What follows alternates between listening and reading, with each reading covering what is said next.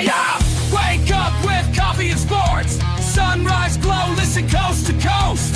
A flow like you know. Offensively, who made them?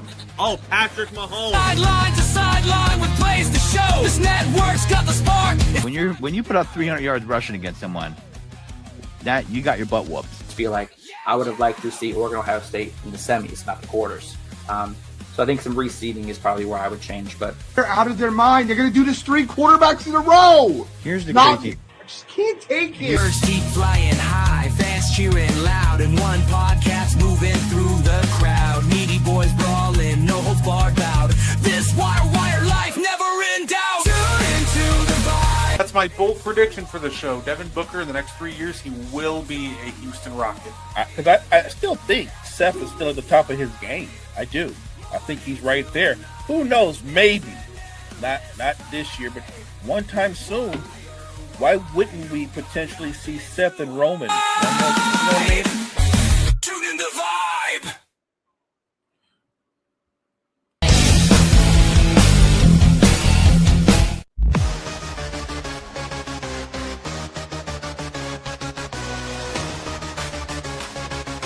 Party Rex, blood centers.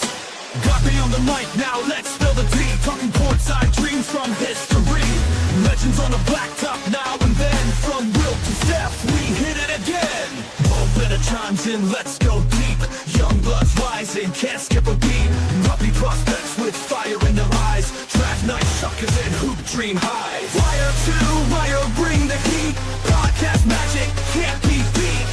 Do better, we're glow better. We're hoop heads, trendsetters. What is poppin', y'all? It is your boy, Guard-E3.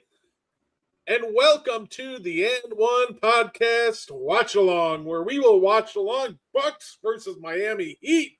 But of course, let me introduce you to the greatest co-host of all time. He is Mo Betta. How you doing, Mo? I'm doing great on an MLK Monday. Welcome everybody in the chat. Another great day to talk hoops. It's always a great day to talk hoops. Absolutely. And normally, this is the part where I go, it's time to talk about some underrated players. But I feel like it's only fitting today that it's time to talk about the reason that we have 4 basketball games today. Obviously, we're doing this today on Martin Luther King Day to honor, the greatest civil rights leader that, we've seen in a minute. There's just not enough good things to say about him. He helped and just paved ways for, African Americans that just weren't there before. Just an absolute visionary and revolutionary figure that, honestly, he deserves more than one day. It almost feels like that's how big he was. So I'm happy that we're able to celebrate him. And like I said, I hope everybody enjoys their hoops, but remember why they're playing today. Remember the figure behind why we're playing today. I echo those sentiments. Dr. King galvanized the country, led the way on civil rights. He was just relentless in his pursuit of equality for all. And the fact that we remember him on this day, he should be celebrated. So happy MLK Day to everybody out there, not just in America, but in the world. That's how important a figure Dr. Martin Luther King was. No, absolutely. I'd say, of course, we're kicking off today's action with some Bucks versus Heat. It'll be an interesting game to watch, Mo. The Bucks have been reeling a little bit. Actually, a lot of it. I can't even lie. They haven't looked good in their last 3 games. And, of course, the Giannis trade rumors will never quiet down, but now all of a sudden the Bucks are kicking the tires around Ja Morant until apparently today that they're not. So, just, I'm curious, Mo, what do you make of this whole, situation in Milwaukee where who do you think they need to make a trade? And if so, are there any names that you'd like to see Milwaukee target? Well, first of all, I don't think I've been steadfast. I don't think Giannis is going anywhere. So yes, you do need to add some more talent around him. There are talented players that are available. They're not all necessarily superstars, but I think they're the kind of guys that you could put around Giannis, and they fit his skill set. So while I know John Morant is a sexy name, I think a name that is a better fit because they're a better all-around player would be a guy like Trey Murphy, or a guy to a lesser degree, his teammate Herb Jones, who's a really good 3-and-D guy, athletic, can guard multiple positions, shoot the three. I don't think you have to put. I don't think you need another superstar. It'd be great to have one, but if you can get guys that are, I guess the word would be all-star caliber like, and athletic shot makers around Giannis, I think that's the kind of move that could bolster the Bucks going into the second half of the season. John Morant is a sexy name. If Giannis and Dame, they were kind of hit or miss, but if they couldn't work cohesively, there's no way Giannis and John Morant will work because John Morant doesn't have the shooting ability that Dame has. It just makes him a smaller slasher. I don't see how that would work at all. That to me, that's fool's gold. There's no way Milwaukee trades for John Morant. Yeah, absolutely. It might be the first pick and roll, Mo, where just nobody guards it. Right. Like both defenders are just sagging into the paint every time. I'd be like, all right, Ja, you got it. You want to shoot it? Go ahead. Right. They're giving you the day. Yeah, you want to give it to Giannis to shoot a mini? Go right ahead. Like, they'd almost get the Ben Simmons treatment for both of them because they just sinking all the way down. So the fit just doesn't make sense. The price point doesn't make sense. The play styles don't make sense. So, yeah, I don't see it. I think there are names out there that fit, but I don't think are sexy that people aren't going to buy. Like, I've been saying that the Bucks should target a guy maybe like Sadiq Bey of the Pelicans. I think he'd be a great buy low option. Say someone like Ochai Agbaji has fallen out of the Raptors rotation. He might be a good buy low option. There just isn't really any names right now that are moving me, especially since, and well, this has got to be my favorite report of the last week, especially since the Pelicans have made their core untouchable. So at that point, I'm just like, I don't really see anybody that I'm really in love with right now for Milwaukee. Which, by the way, making your core untouchable when you're an 8-win team has got to be the funniest thing ever. Yeah. When I saw that, I just laughed. That has to be like a bluff, right? Like they're playing spades or something. They have a lot of talent. They don't have anybody that's untouchable. The guy I value the most, obviously, are the two young guys. I value Queen and I value Fears. The reality is you should move off of Zion Williams. And because you're a small market team and you're going to be in the lottery again, I'm a Trey Murphy fan, but I don't know if you can give Trey Murphy the kind of money that he's going to command.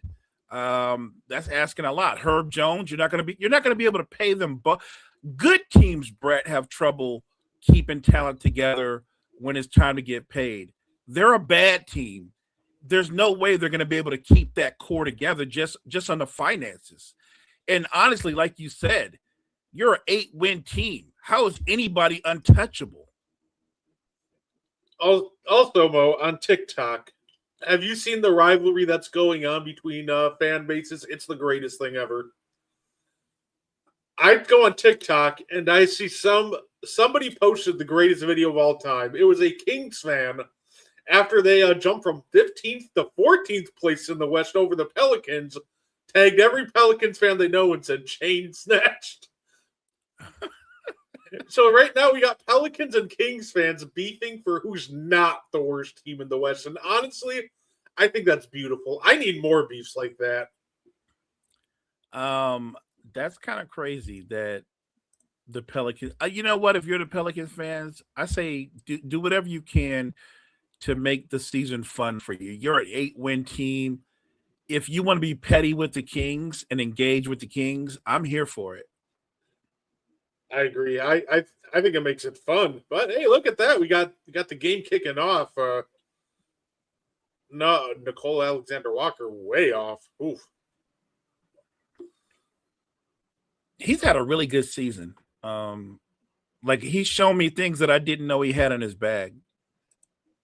Oh, absolutely. I think Nicole Alexander Walker just realistically has an argument for being the best offseason signing. 4 years, $64 million. Like that was just fantastic work by the Hawks. Oh, Dyson tried to gamble for that.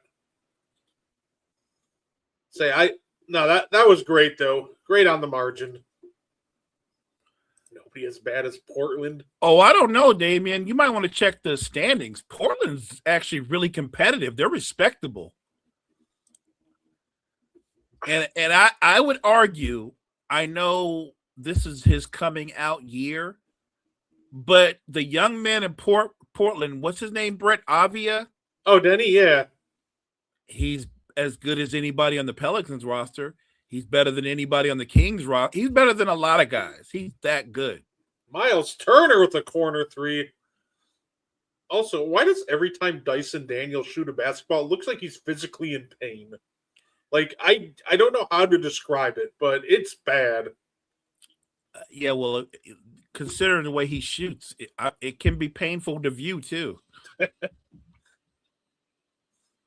Like it takes way too long, and then it just comes up short every time. Like that last three he just took, it's like, He's a really good player, but he's definitely got to get in the lab with a shot coach. Absolutely. Like I said, his Jalen Johnson on the leak out. 7-6 game. Yeah, especially like I said, that 4-year, $100 million extension kicks in next year. So I don't know if you can survive that with him being. Say with him, playing offense this poorly. AJ Green with a turnover. He's going to pass it up to Dyson Daniels. Who's going to good hands by Rollins. Here comes Giannis in transition. That's going to be a turnover. Then he's an all-star player, but he's not a better player than Zion. Of course he is. Of course he is. Stop it. The problem with Zion is I feel like he shouldn't even be in these conversations, but lack of availability and growth, like that's kind of hampered him at this point. Like the potential Zion, like him at full power should not be in Denny Advia conversations, but with the way that he hasn't really grown that much ever since he came into the league, I'm not exactly sure what conversations he's in right now. Yeah, look, Zion has been surviving so much off of potential. Like at some point, his career is his career. We forget, Brett. What is he in year 5 now? 5, 6? Yeah, like, say 20. I think it's 2019. Look, we have to get off the potential thing. He is what he is. He will always be the guy that's a what if. Just look at Avia's numbers. I get it that Zion has played longer, but the funny part is he's hardly played. He's played longer, but he's hardly played. Avia is almost averaging a triple-double across the board, and he has the Blazers. They're a competitive basketball team versus the Pelicans, who have an untouchable core that's only won 8 games. So you go. You got Jalen Johnson with the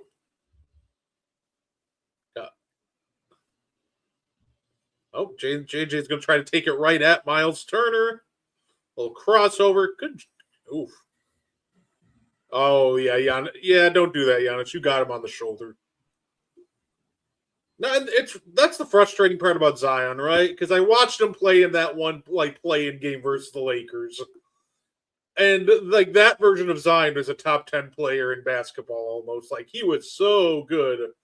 But that version of Zion is like few and far between is kind of the issue. Like if he could consistently like play and be out there and just dominate at a high level, then that's a completely different story. But he can't just do like the whole like gonna dominate for a while, hurt, come back, be kind of a non-factor for a little bit before I heat up, play well again, get hurt. It's like a constant cycle with him. Like, I'm not a Zion hater. I like Zion, and I want to see the best version of Zion, but he just, like I said, he's just so hard to grade because at a certain point, we just got to take him for who he is rather than what he can be.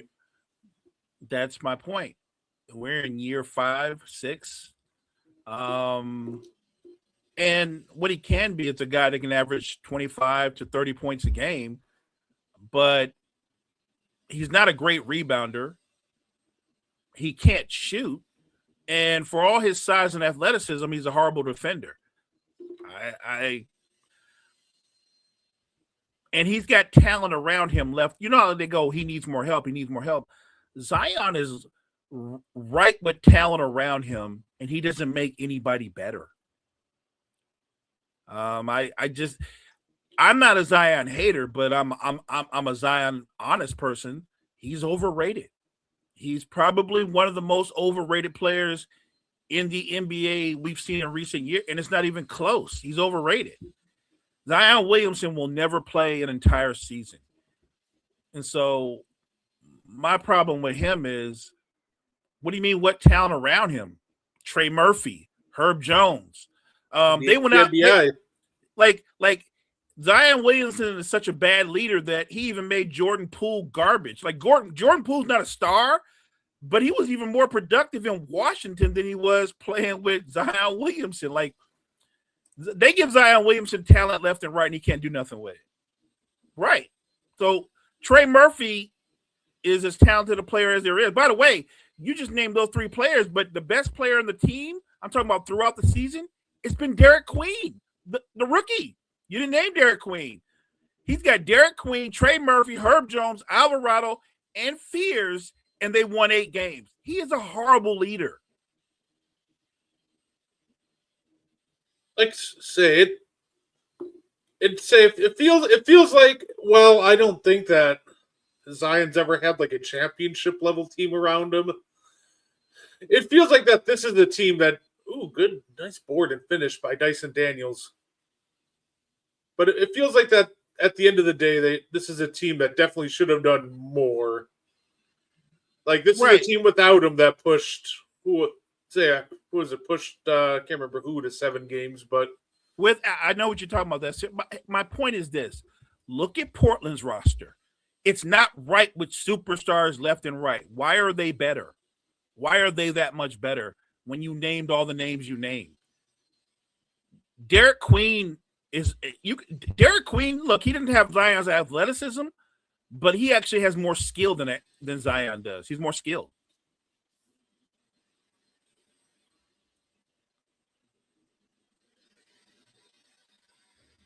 That's right. That's right. I just had a quick look it up. It was the Sun series that they pushed him. Right. So he said if Zion's a problem, how come they didn't win games without it? Look, they're a young team that struggled. They have no culture. But I would reverse what you said and said, if he's the solution, how come they can't win with him?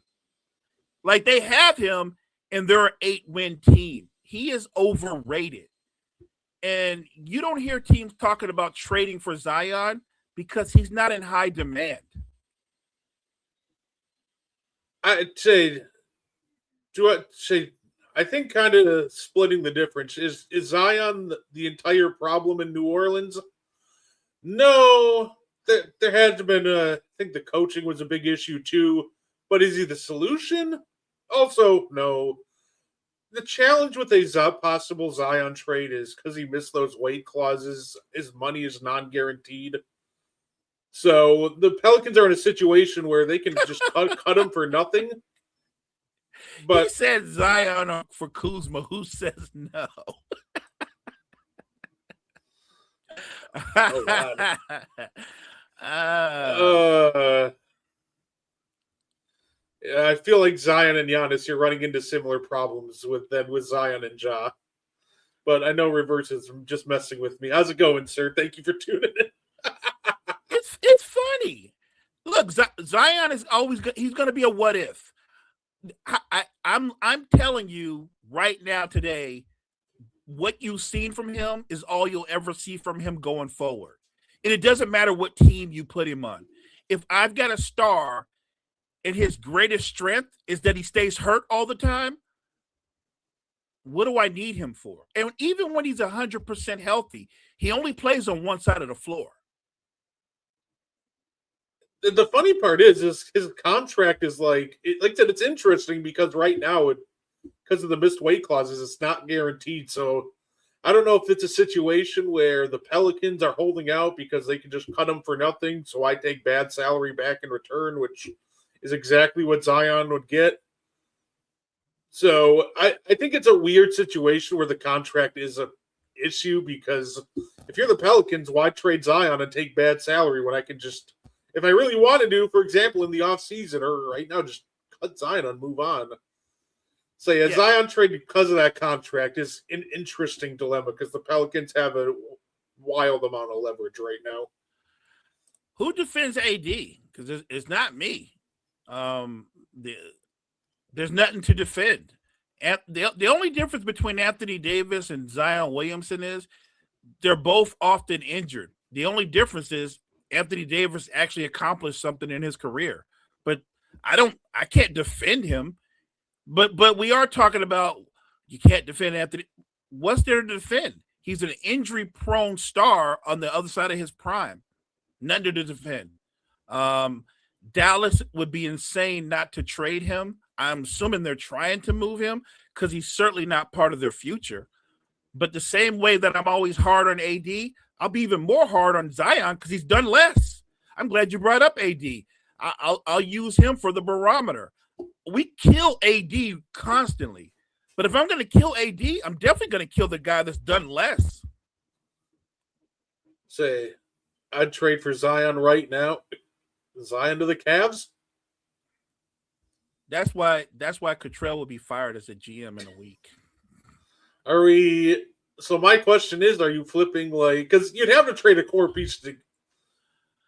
So if you're trading Zion to the Cavs because you're a Cavs fan, you have to know who you trading. Mobley? Because it's gonna be either Mobley or D Mitch. I know you're not trading D Mitch. So you're trading Mobley. Let me throw in another name because it's gonna be more. It's not gonna be player for player. Mobley and what's the guard name that's always hurt? Garland. I think it would be some combination of Jared Allen and Darius Garland that would go out. I think they want to keep the other two. See, if I'm the Pelicans, I can't make a deal with the Cavs because I don't need Jared Allen. I don't need that. Maybe if you do a 3-team trade, but they have no need for him.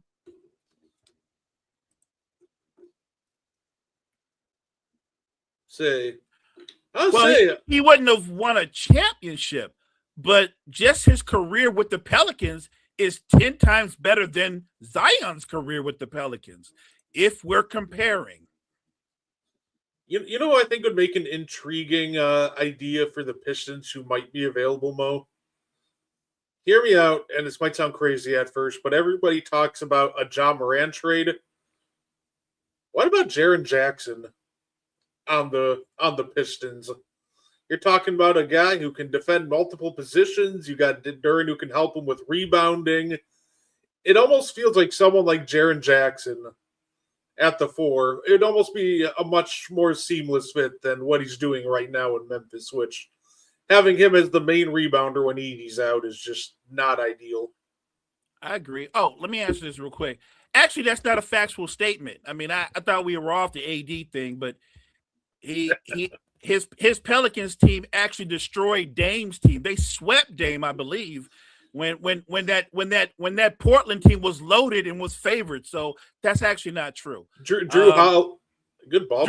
Drew Holiday and Rondo clamped Dame and CJ, and AD destroyed everybody else in the paint. So no, that's not true. How about this? AD has at least won a playoff series. How many playoff series have Zion won? It should be a really quick answer. Would Lauri Markkanen be a good fit for the Timberwolves? I'm trying to think. You know what? I think he would be. I think he might be. I think Markkanen in a lot of ways could be the answer to Ant's prayers. But let me say this about the Jaren Jackson thing, because 3 and D, he brought up something really good. I am not a big Jaren Jackson Jr. fan. I think he's overrated because I can't. He brought up what I've been talking about. I'm glad you brought it up. I've been talking about this about Jaren Jackson his whole career. My power forward got to give me more than 5 rebounds a game. Jaren Jackson Jr. rebounds like a 2 guard. And he's a really good weak side defender. As the primary defender, he's actually overrated. I wouldn't want him on my team because he spends most of his time on the perimeter like he's a guard. I don't think he would be a good running mate for Cade at all. I think he would hurt what the Pistons do more than help. Cade needs a shot maker, and it doesn't necessarily have to be a big. It could be another perimeter player. But I would not want Jaren Jackson Jr. I think he's insanely overrated. I think I'm about to throw up because I think Kuzma just shot a behind the back 3. When behind the back, then let a 3 rip. Please stop doing that. No, when it comes to Jaren, so I do think that obviously his rebounding is bad, but almost a way to help mitigate that might be put him somewhere. For example, when you look at Detroit there, and they have an oversized point guard in Cade that can help with that. Jalen Duren has great energy on the boards. Just saying, it might be a fun idea for them to explore. I don't think it happens. I think the Grizzlies will keep him, but yeah, I do think that's an avenue that they could potentially explore for a possible upgrade at the 4. Brett, let me ask you with the Cavaliers in the Eastern Conference, because I am a Donovan Mitchell fan, but I want to just ask this base question. This is not about me being a fan. Can Donovan Mitchell be the best player on a title-winning team?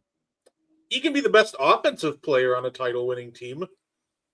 If that answers anybody's question, I think he can be the best offensive player. Every time the playoffs come, he looks the part of the best offensive player. He's one of the best playoff risers in NBA history. He's done that multiple times, but can he be the best player? I think you need to pair potentially with a better 2-way player than him. Yeah, I don't think I like the way you worded it. He can be the best offensive player.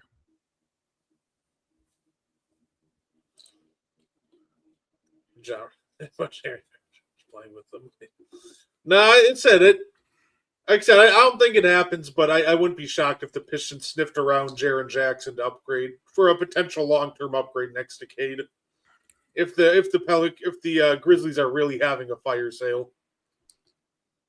Which, honestly, I don't think they are. I've seen the reports that they want to build around Jaren Jackson Jr., which, to me, at that point, just blow it up, dog. But right. To me, if you're moving Ja, you might as well start fresh. And they do have some young talent on that roster. But I don't think you can build around Jaren Jackson Jr.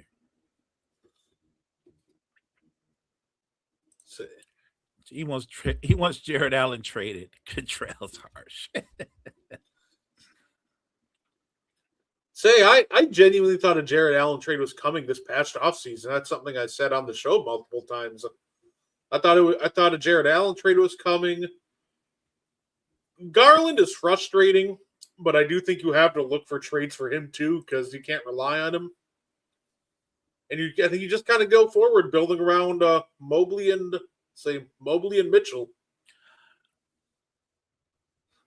Damian. He said, Mo, you wouldn't take Jaren. Oh, no, I would take him over him like tonight.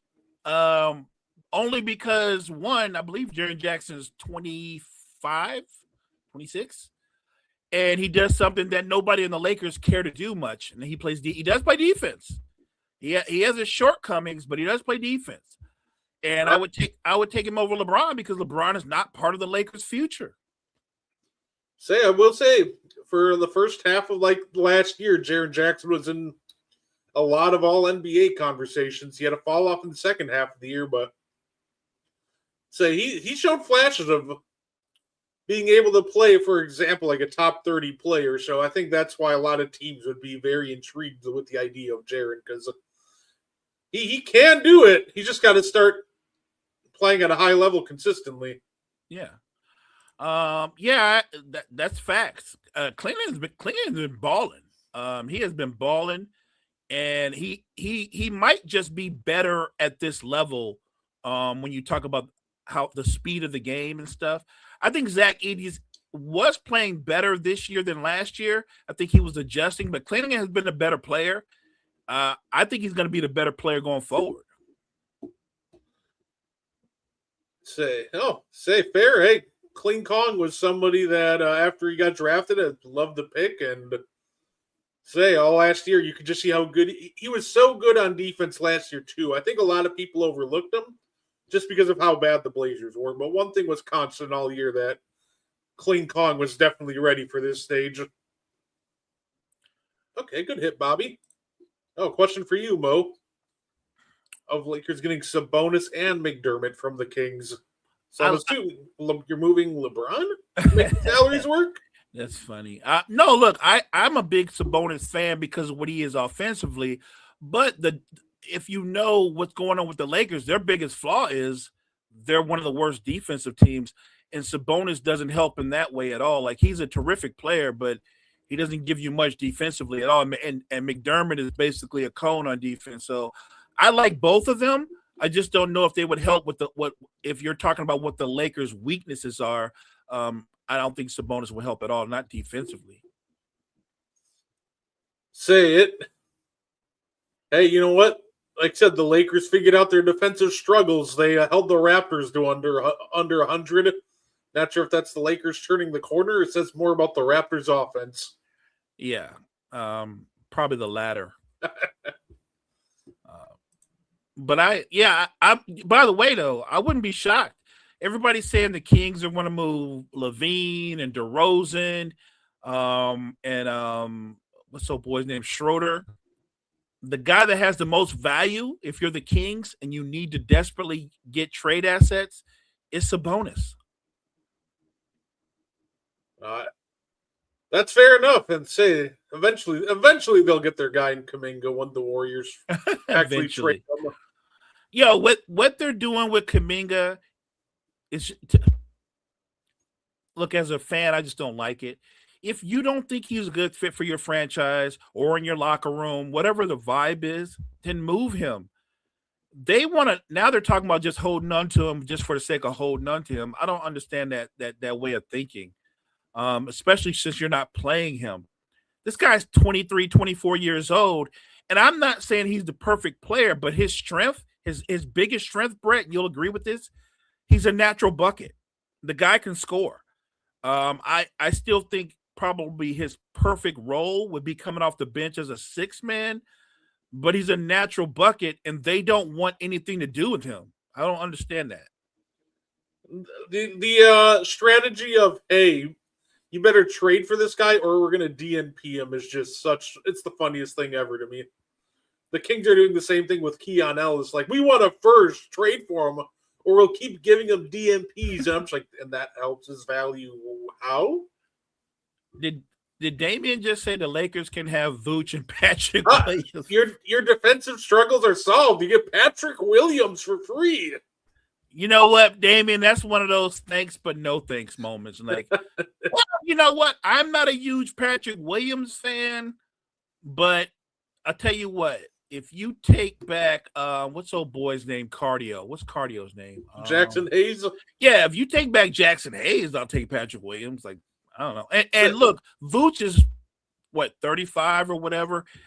He can still shoot the lights out. You could have Gabe Vincent and Bronny. Oh, you're killing me now.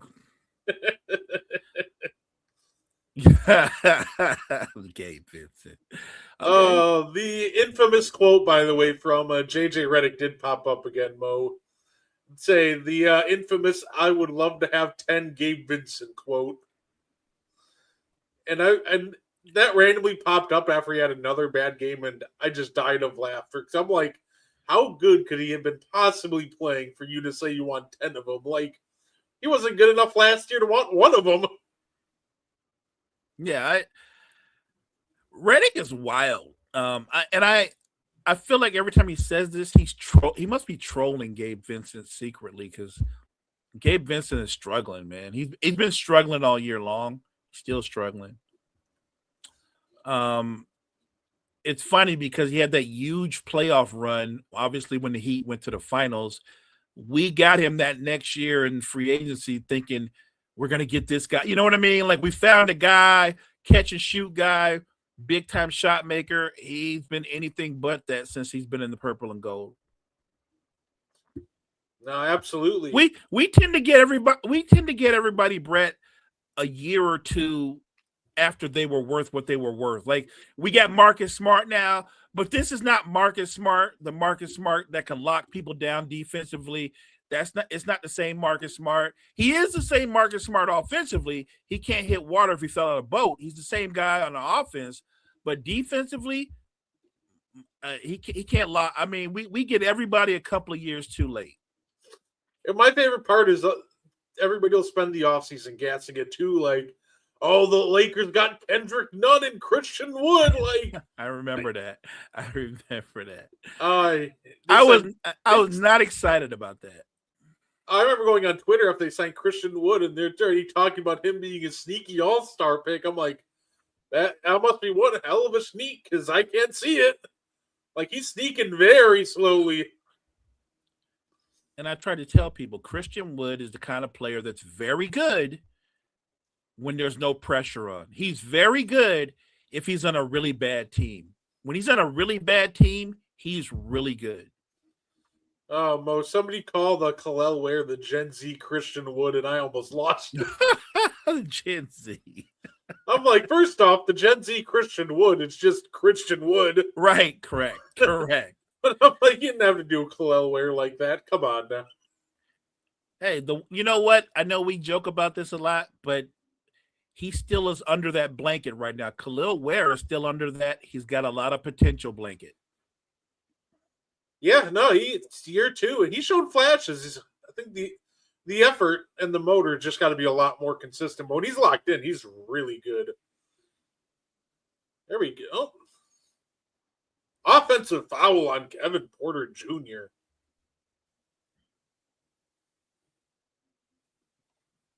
There we go. The good old Glenn Rivers pose, standing there in disbelief with your arms on your hips.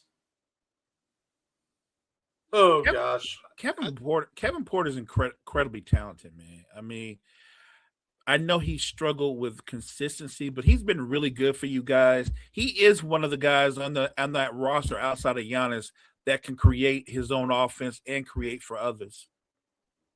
Come on, AJ. Yes, AJ. Got Mo Guy making plays. The dumb Harbaugh. That's funny. Honestly, Glenn might have him beat to the punch there. Might have to call it the Glenn Rivers look. You good? Did Devontae Adams did or did not fumble that ball? Because I swear that he fumbled that ball. So obviously we're referring now to the after we saw what happened at the end of Bengals and Bills. We had it happen the next day with Devontae Adams in the Bears game. And I think there's a slight difference in what happened there. I think the reason they ruled it the way they did is Devontae Adams had completed the process of the catch, and then his knee hit the ground. Whereas in the Brandon Cook situation, the ball was still moving when they both hit the ground, and that's why they ruled it an interception. So it's so bang-bang with that Devontae Adams play, but honestly, I can see why they called him the catch. He looked like he completed the process of the catch before his knee hit the ground, which made him down by contact. Damian, I'll be honest with you. It's weird. This is going to be weird coming from me, but in a league that everything is skewed to favor offensive players, those bang calls are so close. Honestly, it was kind of refreshing to see it go the defensive player's way. It doesn't happen very often, especially in the NFL. And I really thought, I thought the kid from Denver just made a great football play. It was just a great football play. And I get it. It was so close. And I'm sure you looked at it, 10, 20 times, Brett, the Brandon Cooks play. I looked at it at least that much. Yeah. and it was so close that there's an angle where when I see it and he hits the ground, Cook still has the ball and it's not bobbling. Dude just has really quick hands and he literally just rips it from him as he hits the ground. And that's weird to me because I could see the argument that no, that's a catch and he stripped it after he hit the ground. Like, I get it. It's a really weird, it's a very unique situation that doesn't happen very often in football. And it happened kind of like in a similar way, back-to-back games. But again, because so much leans towards the offense, if a defender makes a great play like that on the ball, right on the action, I'm good with the call. It's a tough call, but I'm kind of with Rex Ryan. If you're Brandon Cooks and you catch the ball first, which he clearly caught the ball first, and dude is reaching for the ball, it's on you to fight harder for the ball. Say, oh, fair enough. Yeah. And then obviously, Damien, that's kind of what I think the difference was as to why they ruled the Devontae down and the night before an interception. And I say it. Yeah, no, I do hate the cries of the Bills fans though in that overtime period after the interception. Like, I'm sorry, the refs didn't lose you the game at that point. Your undisciplined playing did. You're crying about the first pass interference like, dog, Joey Bosa committed a roughing the passer on that same play. So guess what? Whether the chains move and the ball moves 15 yards or 17 yards, I promise you the same sequence happens after that. And Tre'Davious White very obviously committed pass interference on that second one. So overall, bang, bang play. Bills just kind of unraveled at that point. Yeah. And look, I know we like to look at how the game ended, but there were some plays made early in that game that didn't help Buffalo either. So I don't think that one play is why it's a big play, but it's not. It's a bunch of plays is what cost you the game. Here we go. Walker. Oh.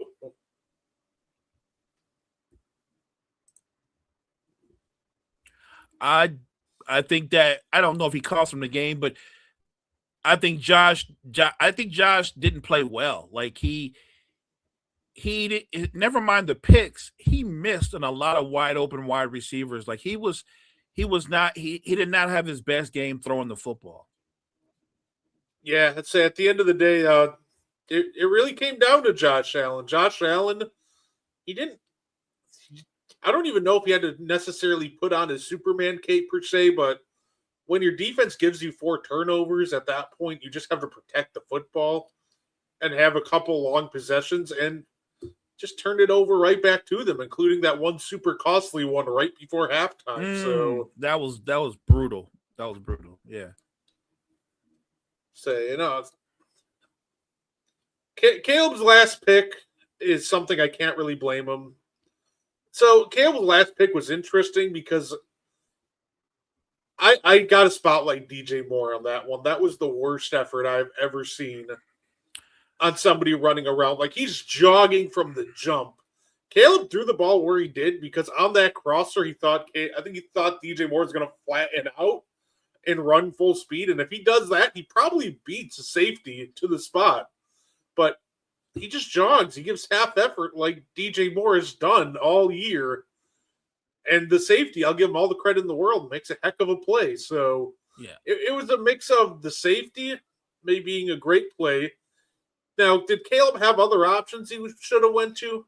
Yeah, it might not have been the greatest decision, but I think it just looks like an even worse decision than it really is because DJ Moore couldn't bother to put an effort on that play. I think that's where I'm at on that play. No, Caleb, I don't know. I don't necessarily know he should have thrown that football, but DJ Moore was basically jogging like he was in practice mode. And what's the number one rule between quarterback and wide receiver? Always think the ball's coming to you, even when the ball's not coming to you. You run the route the way you're supposed to run the route. DJ Moore jogged the route. and that greatly impacted Caleb's decision. I think Caleb thought he anticipated, because it was a timing route, that DJ Moore would accelerate and go shallow, and he never did. It's a miscommunication, but I think you're right, Brett, because DJ Moore gave a horrible effort. No, absolutely. Hey, Bucks are now up 33-21 too, though. That's what's up. Say, my guy Mohamed Guy making some great plays for Milwaukee. Shout out to Mo Guy. Say, Dyson Daniels lost the ball and say got stripped by Harris, and it got took coach to coach. Timeout. Say timeout Hawks. Say the Bucks. Here's the kind of where I'm at with the Bucks. I do think at the end of the day we can get anybody, but it's not going to change unless our coaching does. If we fire Glenn Rivers and get a different coach, is this team a title contender? Probably not. I'll convince myself that we are until we get knocked out in the first round. But do I think that they would at least be a bigger threat and more competitive?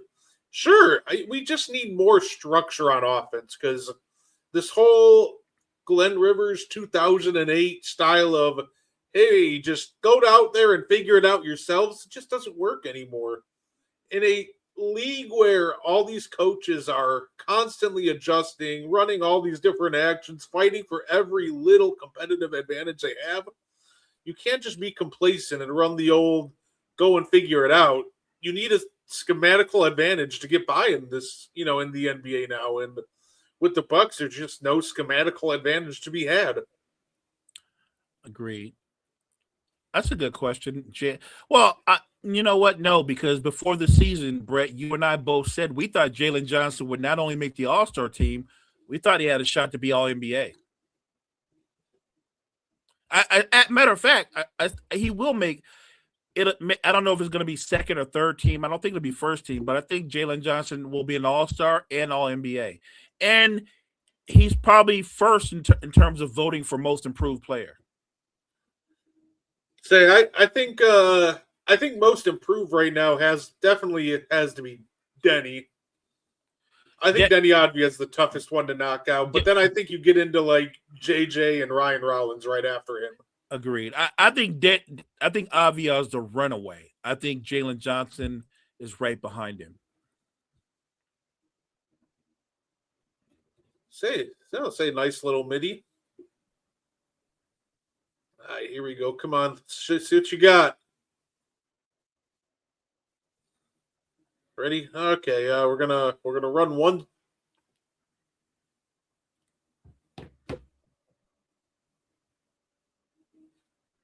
Say, come on. Good hit by Kevin Porter Jr., but you kind of saw what I was just saying on that last possession. Like, there really wasn't a rhyme or rhythm. It's just they call like one action, and 90% of the time it's like a flare screen for AJ Green. And after that, it's just them playing, this old like, oh, dribble handoff, I'll set a screen for you. It's almost turned into street ball after that. And say Kevin Porter Jr., for example, knocked that shot down, but you'll see a lot of games where the Bucks struggle. Like, there's no real rhyme or reason, and those are difficult shots to hit. So here's another guy for most improved player. 100% I agree with that. I think Nickeil Alexander-Walker is right there. He's definitely a dark horse, but if you look at what he's done since coming to the Hawks, nothing but a bucket. Like, he's shown me things with the Hawks that I haven't seen when he was with the Timberwolves. This guy's averaging just under 20 points a game. Like, he is a bucket.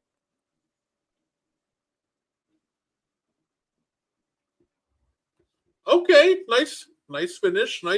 Here we go. So here comes KPJ trying to get downhill. Swing to Bobby. Swings it to AJ Green. Swings it back to Bobby. And that three is in and out. Yeah, I have all the love in the world for No. He's just an absolutely terrific ball player, and he's just elevated his game so much. Yeah, we talk about all the things that the Timberwolves need, one of the things they need is a guy that they let get away from them. They need to kill Alexander Walker back. So they could use a guy like Nikhil Alexander Walker. Yeah, Jalen's fouling him. There we go.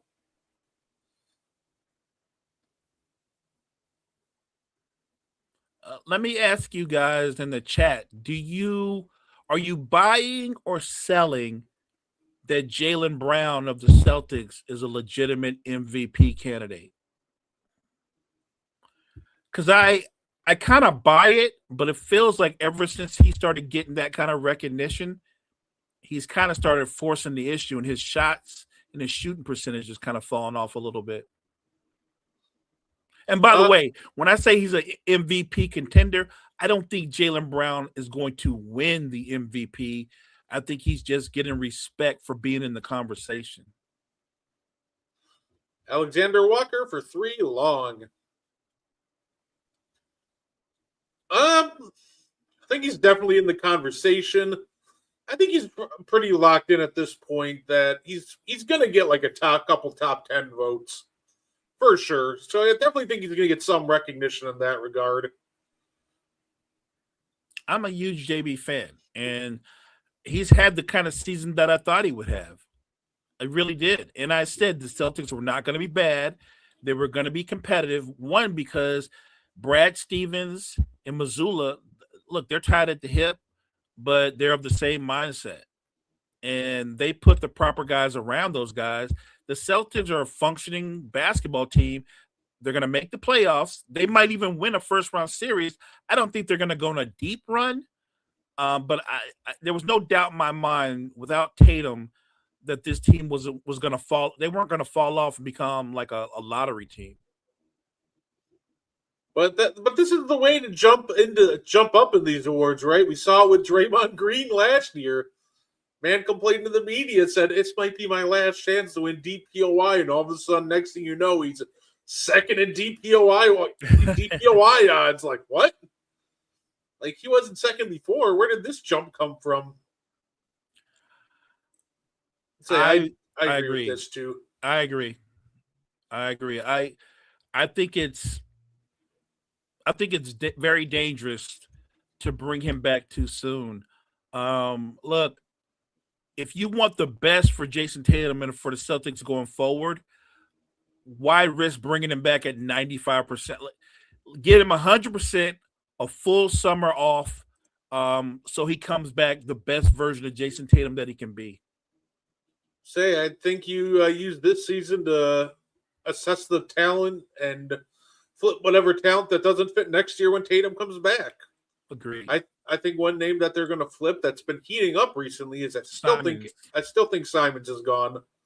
He's been heating up, but I think it's perfect because then they can pump up his value and flip him for a bigger piece.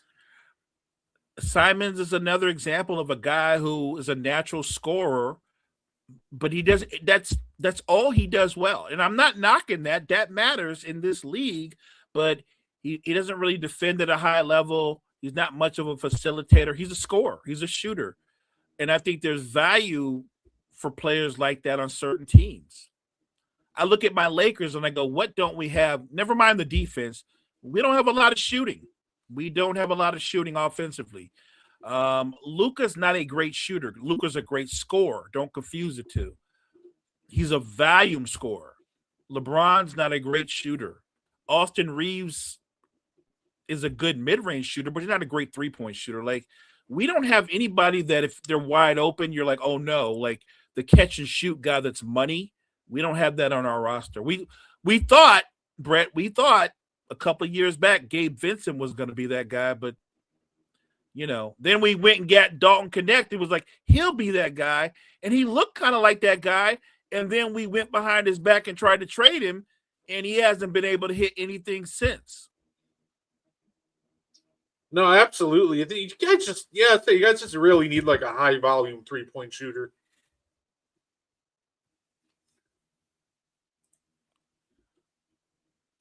Can I say something about Gary Trent Jr.? Mo, I think he had his Nick Anderson moment last year. You know how Nick Anderson missed his free throws in the playoffs and never looked the same after that? Yeah. Gary Trent's been doing the same thing where after that turnover against the Pacers in clutch time last year, he just hasn't looked the same this year. Genuinely, I think that turnover that he had just may have damaged his confidence a little too much because he just doesn't look like the same player. Honestly, I think you might be onto something. It's funny that a moment can make or break a career sometimes because it gets in your head.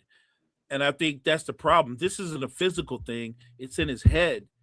And you hope at some point he regains his confidence because I've always been a Gary Trent Jr. fan.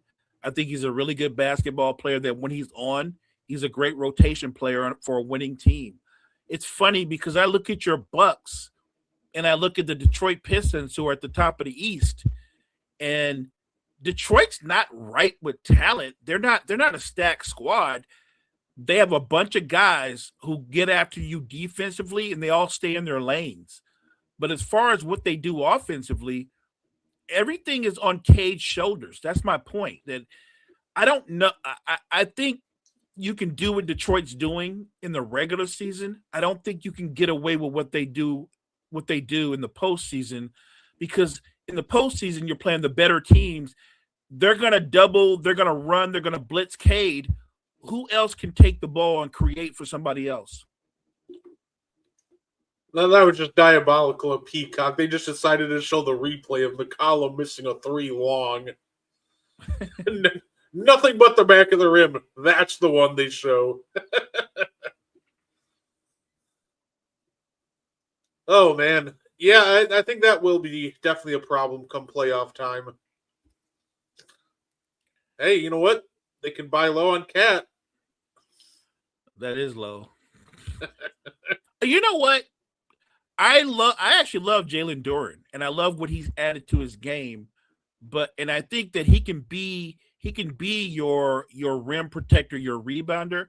I don't think he can be your number 2 offensively. You need another guy. Jalen Duren should be your number 3 offensively, and that's the problem. They don't have another perimeter player that they can rely on. They're still waiting on Jaden Ivey, and I don't know if he's all the way back from his injuries, but he hasn't really looked quite the same yet. If you're a Piston fans and you truly believe you guys are built to win right now, do you wait for Jaden Ivey, or do you move Jaden Ivey right now for somebody that can help you? You know what I mean? Like if you think you're built to win now, do you make that move and bring in a more established player because you think you're built to win right now? No, I if you find the right package, I wouldn't hesitate that hard to move on from Ivy. I think Ivy's a great player, but I definitely think if you can use him to find a piece that not only fits with you now but long term in the right package, yeah, I would part with him. Say I'd see that Donovan Mitchell also wants to play for the wants to play for Team World when we do the World versus USA thing.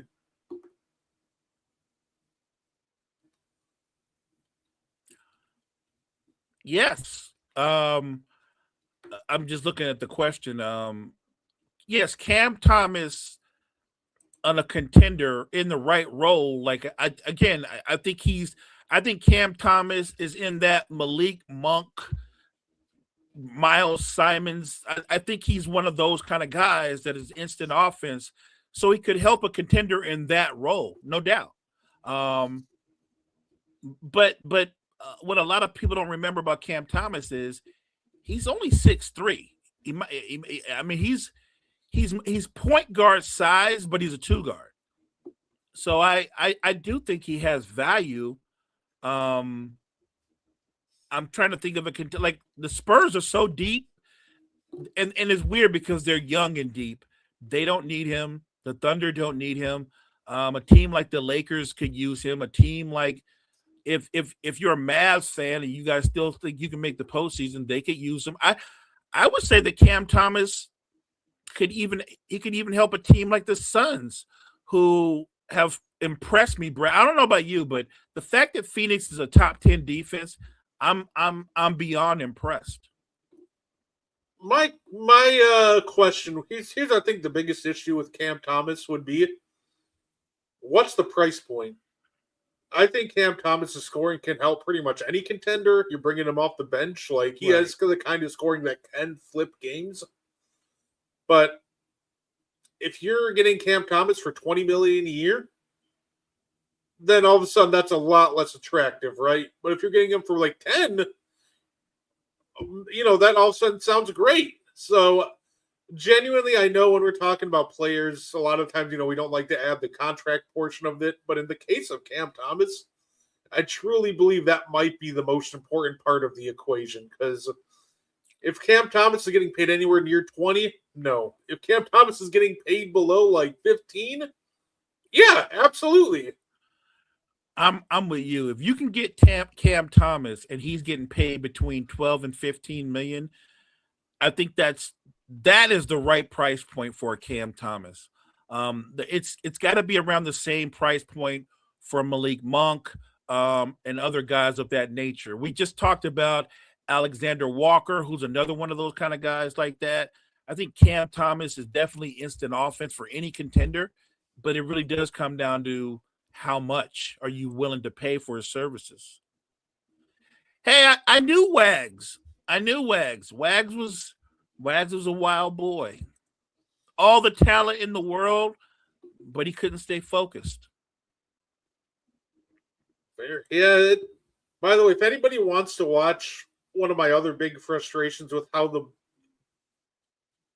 offense operates in Milwaukee, if you noticed, Miles Turner hasn't really left the three-point line the entire time. I get frustrated because I think what the Bucks forget and our coaching staff forgets, and this last play is what brought this whole thing on, is Miles Turner is 7 foot tall. Miles Turner is athletic, and I don't think they remember that enough. I feel like that he's a guy that one of the big reasons he was so good for the Pacers last year is they used him as a 7 foot roller. Who can finish and can shoot threes, not just 7 foot AJ Green. So in the second half of this game, and not only that, just the second half of this season, I would love to see us get like Miles Turner going downhill a lot more and use his athleticism. And if he has a mismatch, give it to him. We just saw him punish the Hawks guards down low for an easy dunk. So, like I said, I would just love to see Turner get a little more dirty inside. And look, I think sometimes it's style of play, because obviously when he played with the Pacers, they played much faster than the Bucks play, a much faster pace. And obviously he had the kind of point guard in Hallie that was gonna look for him, not just on pick and pop, but pick and roll options. So it's different, not because they don't have talented players to get him the ball. I think the style of play matters too. And look, Rick Carlisle is a great coach. I have nothing against Glenn Rivers. Rick Carlisle's a much better coach than Glenn Rivers. There we go. Good hit from Kuzma. That's what I need. Smart threes. I'll take it. Turner's not a good rebounder. He's not a big time rebounder. He never has been. That's agreed. Look, you know what? You can make a case that in a lot of ways, Miles Turner is very similar to Jaren Jackson. So to be fair, though, the Bucks never really get good rebounders next to Giannis, which is kind of funny to think about. Like, Brook Lopez wasn't a good rebounder either, and then we replaced him with an even worse rebounder. To be fair, though, Brook Lopez, I think he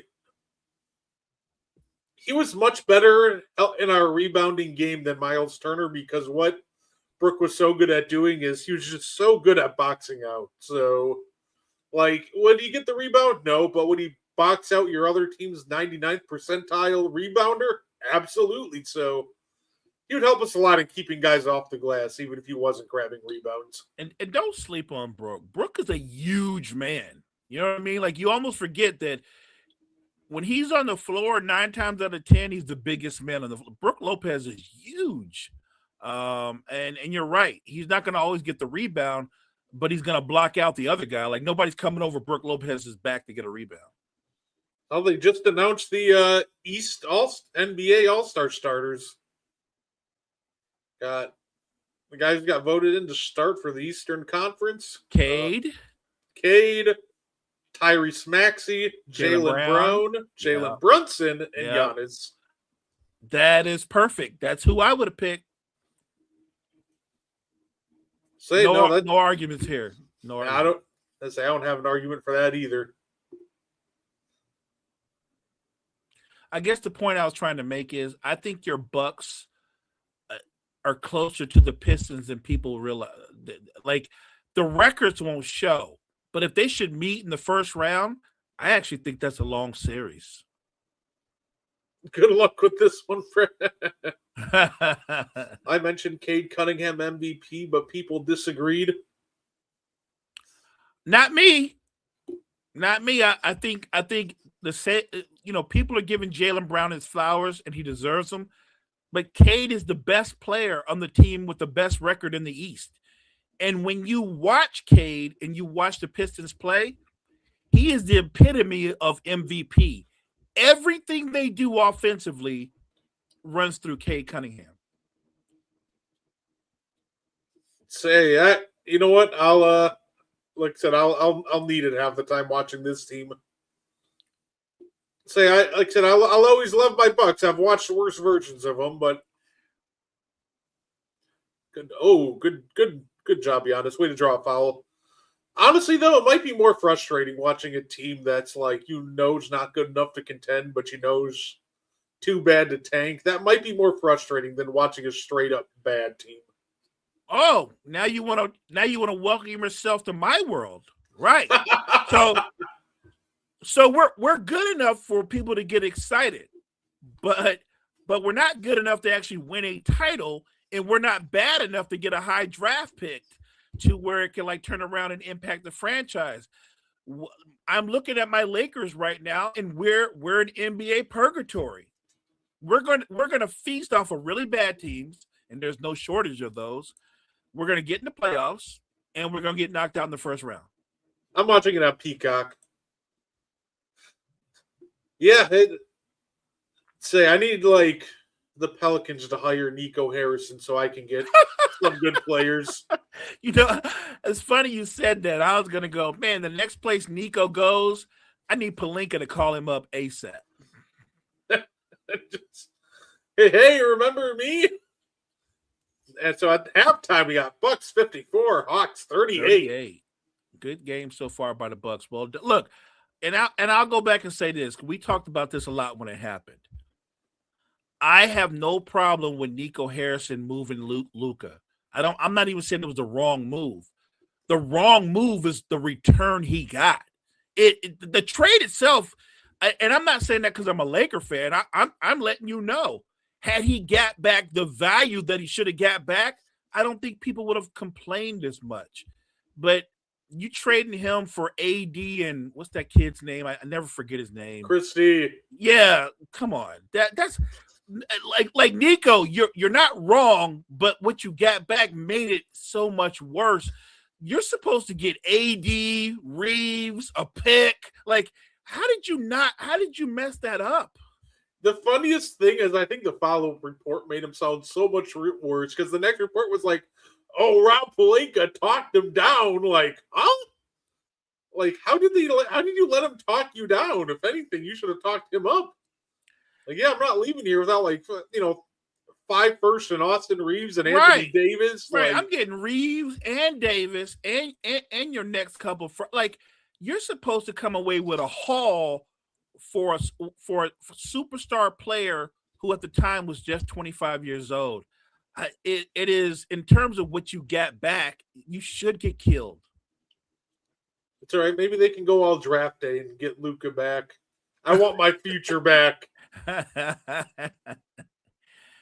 Well, I mean, look, Mavs fans, I think the combination of Luka and Flag, I think that would have worked really well. Honestly, that could have worked really well. But it is what it is. Look, it's funny because I was having this conversation with somebody the other day, and then I asked a question on TikTok because I'm open-minded about things. I said, "Is Luka Doncic unfairly scrutinized, Brett, or is he vastly overrated?" Because now in the Mavs media market, which obviously is nowhere near as big as the Lakers media market, but now the scrutiny is because, before it's like he got back in great shape. Look at Luka now. But what hasn't changed is even in great shape, he still ain't playing no defense. He still ain't guarding nobody. Like Luka's gonna drop 38 he can fall out of bed and get 35, but whoever he's guarding, they're good for 35 too, maybe more. I think he's a great talent, but I think the same way we critique James Harden when he was in his prime, you should critique Luka the same way. It's because it's very similar. James Harden at the peak of his powers is everything Luka is right now on both ends of the floor. I got you. No, fair enough. Say it. You know what's I think what frustrates people about Luka too is I don't think Luka will ever be a good defender, but I watched him in terms of playing defense in a team scheme, execute, and at least be like a slightly negative defender. Like, right. He wasn't horrible, for example, when the Mavs made those 2 deep playoff runs to the Western Conference Finals and then the Finals. Like, you can't be terrible if you're making playoff runs like that. I think that at the end of the day, I think that's why people get so frustrated about Luka is when he's locked in, he can actually be like a decent team defender. Like, he can be a slight negative instead of an absolutely terrible negative. But he just isn't always locked in like that. And I think that'll change once the playoffs start. But I think he can, at least bring his effort up to be that, just slight negative. But I think, that something's got to overall change with the Lakers. They got to really make some smart moves with LeBron and use that to kind of build the roster around him and Austin Reeves. Well, look, it doesn't help when Rich Paul goes and tells people on his podcast they need to trade Austin Reeves so you can help LeBron and Luka. Like, no, you don't get rid of the 26-year-old guy that's establishing himself as an all-star for the 41-year-old guy who's not part of your future. I'm not trading Austin Reeves to set up LeBron for one more run. That doesn't make sense to me. I think if you're the Lakers, whatever happens this season is what happens this season.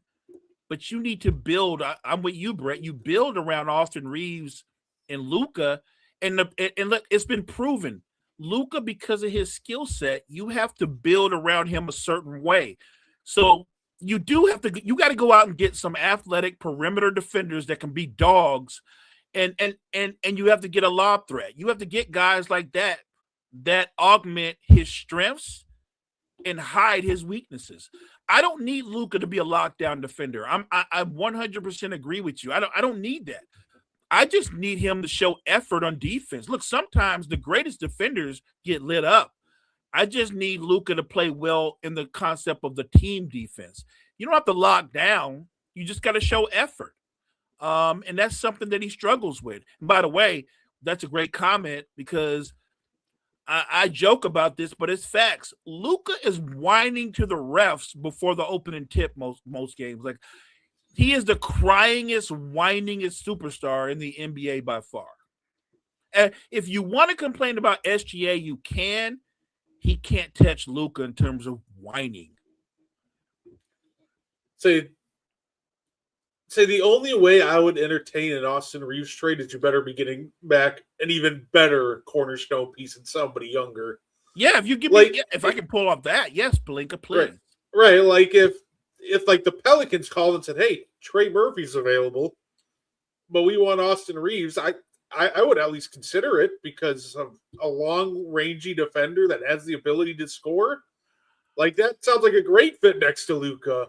But if it's not a legitimate potential cornerstone piece, like I think Trey Murphy can develop into or something along those lines, I'm not entertaining a Austin Reeves trade, especially to build around LeBron. Like, Right. what? I think Trey Murphy, even though I'm a fan, I'm realistic. Well, SGA is not just more consistent; he plays defense. He plays on both sides of the floor.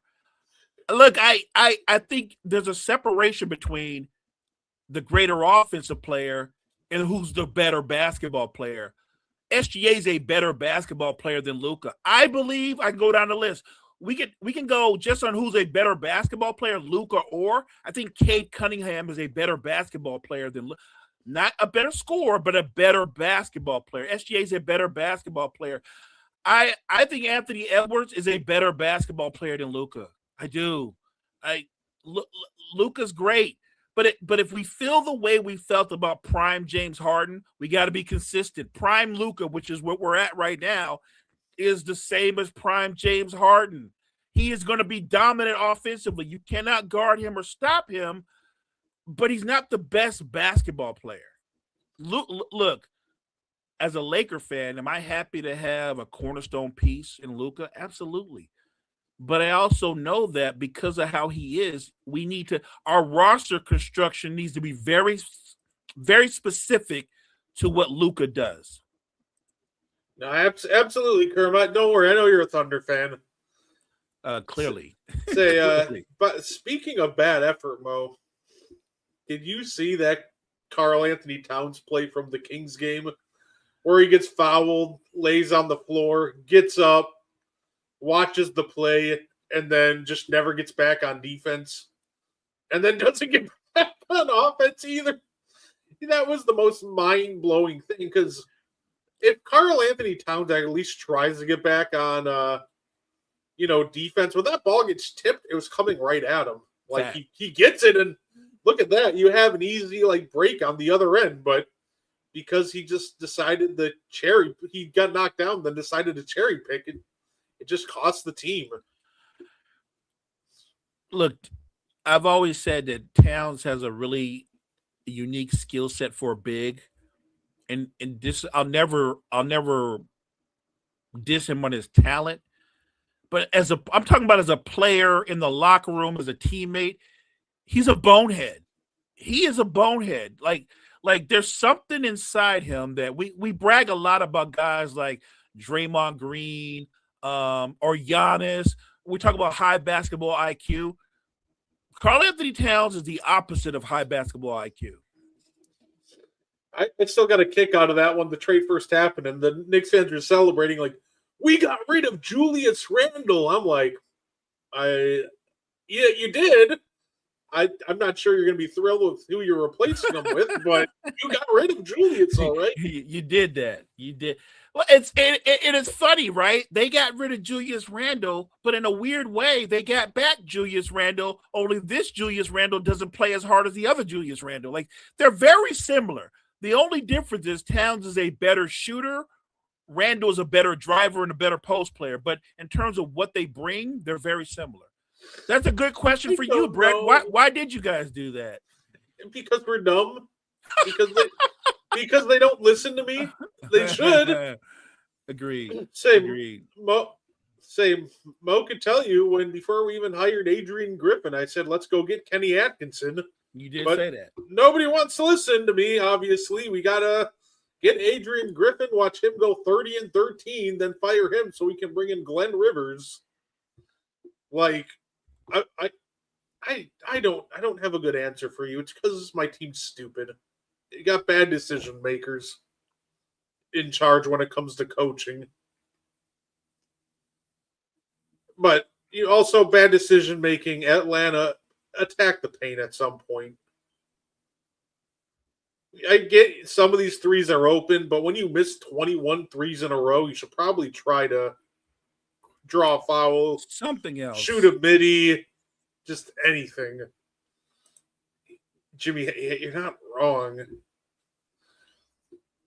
I just don't. It feels like, unless if Adrian Griffin was hated that much in the locker room, at that point you should have just let him ride it out.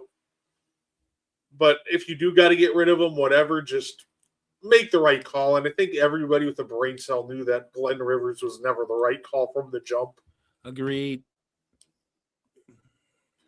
Speaking of that, here's Austin Rivers on commentary.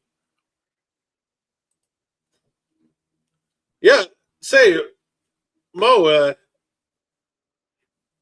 how do you feel about, by the way, Rich Paul just deciding to start doing shoot interviews on the entire Lakers team? Because to me, that was the most absurd thing I've seen in a while. Never seen an agent do a sit down interview like that.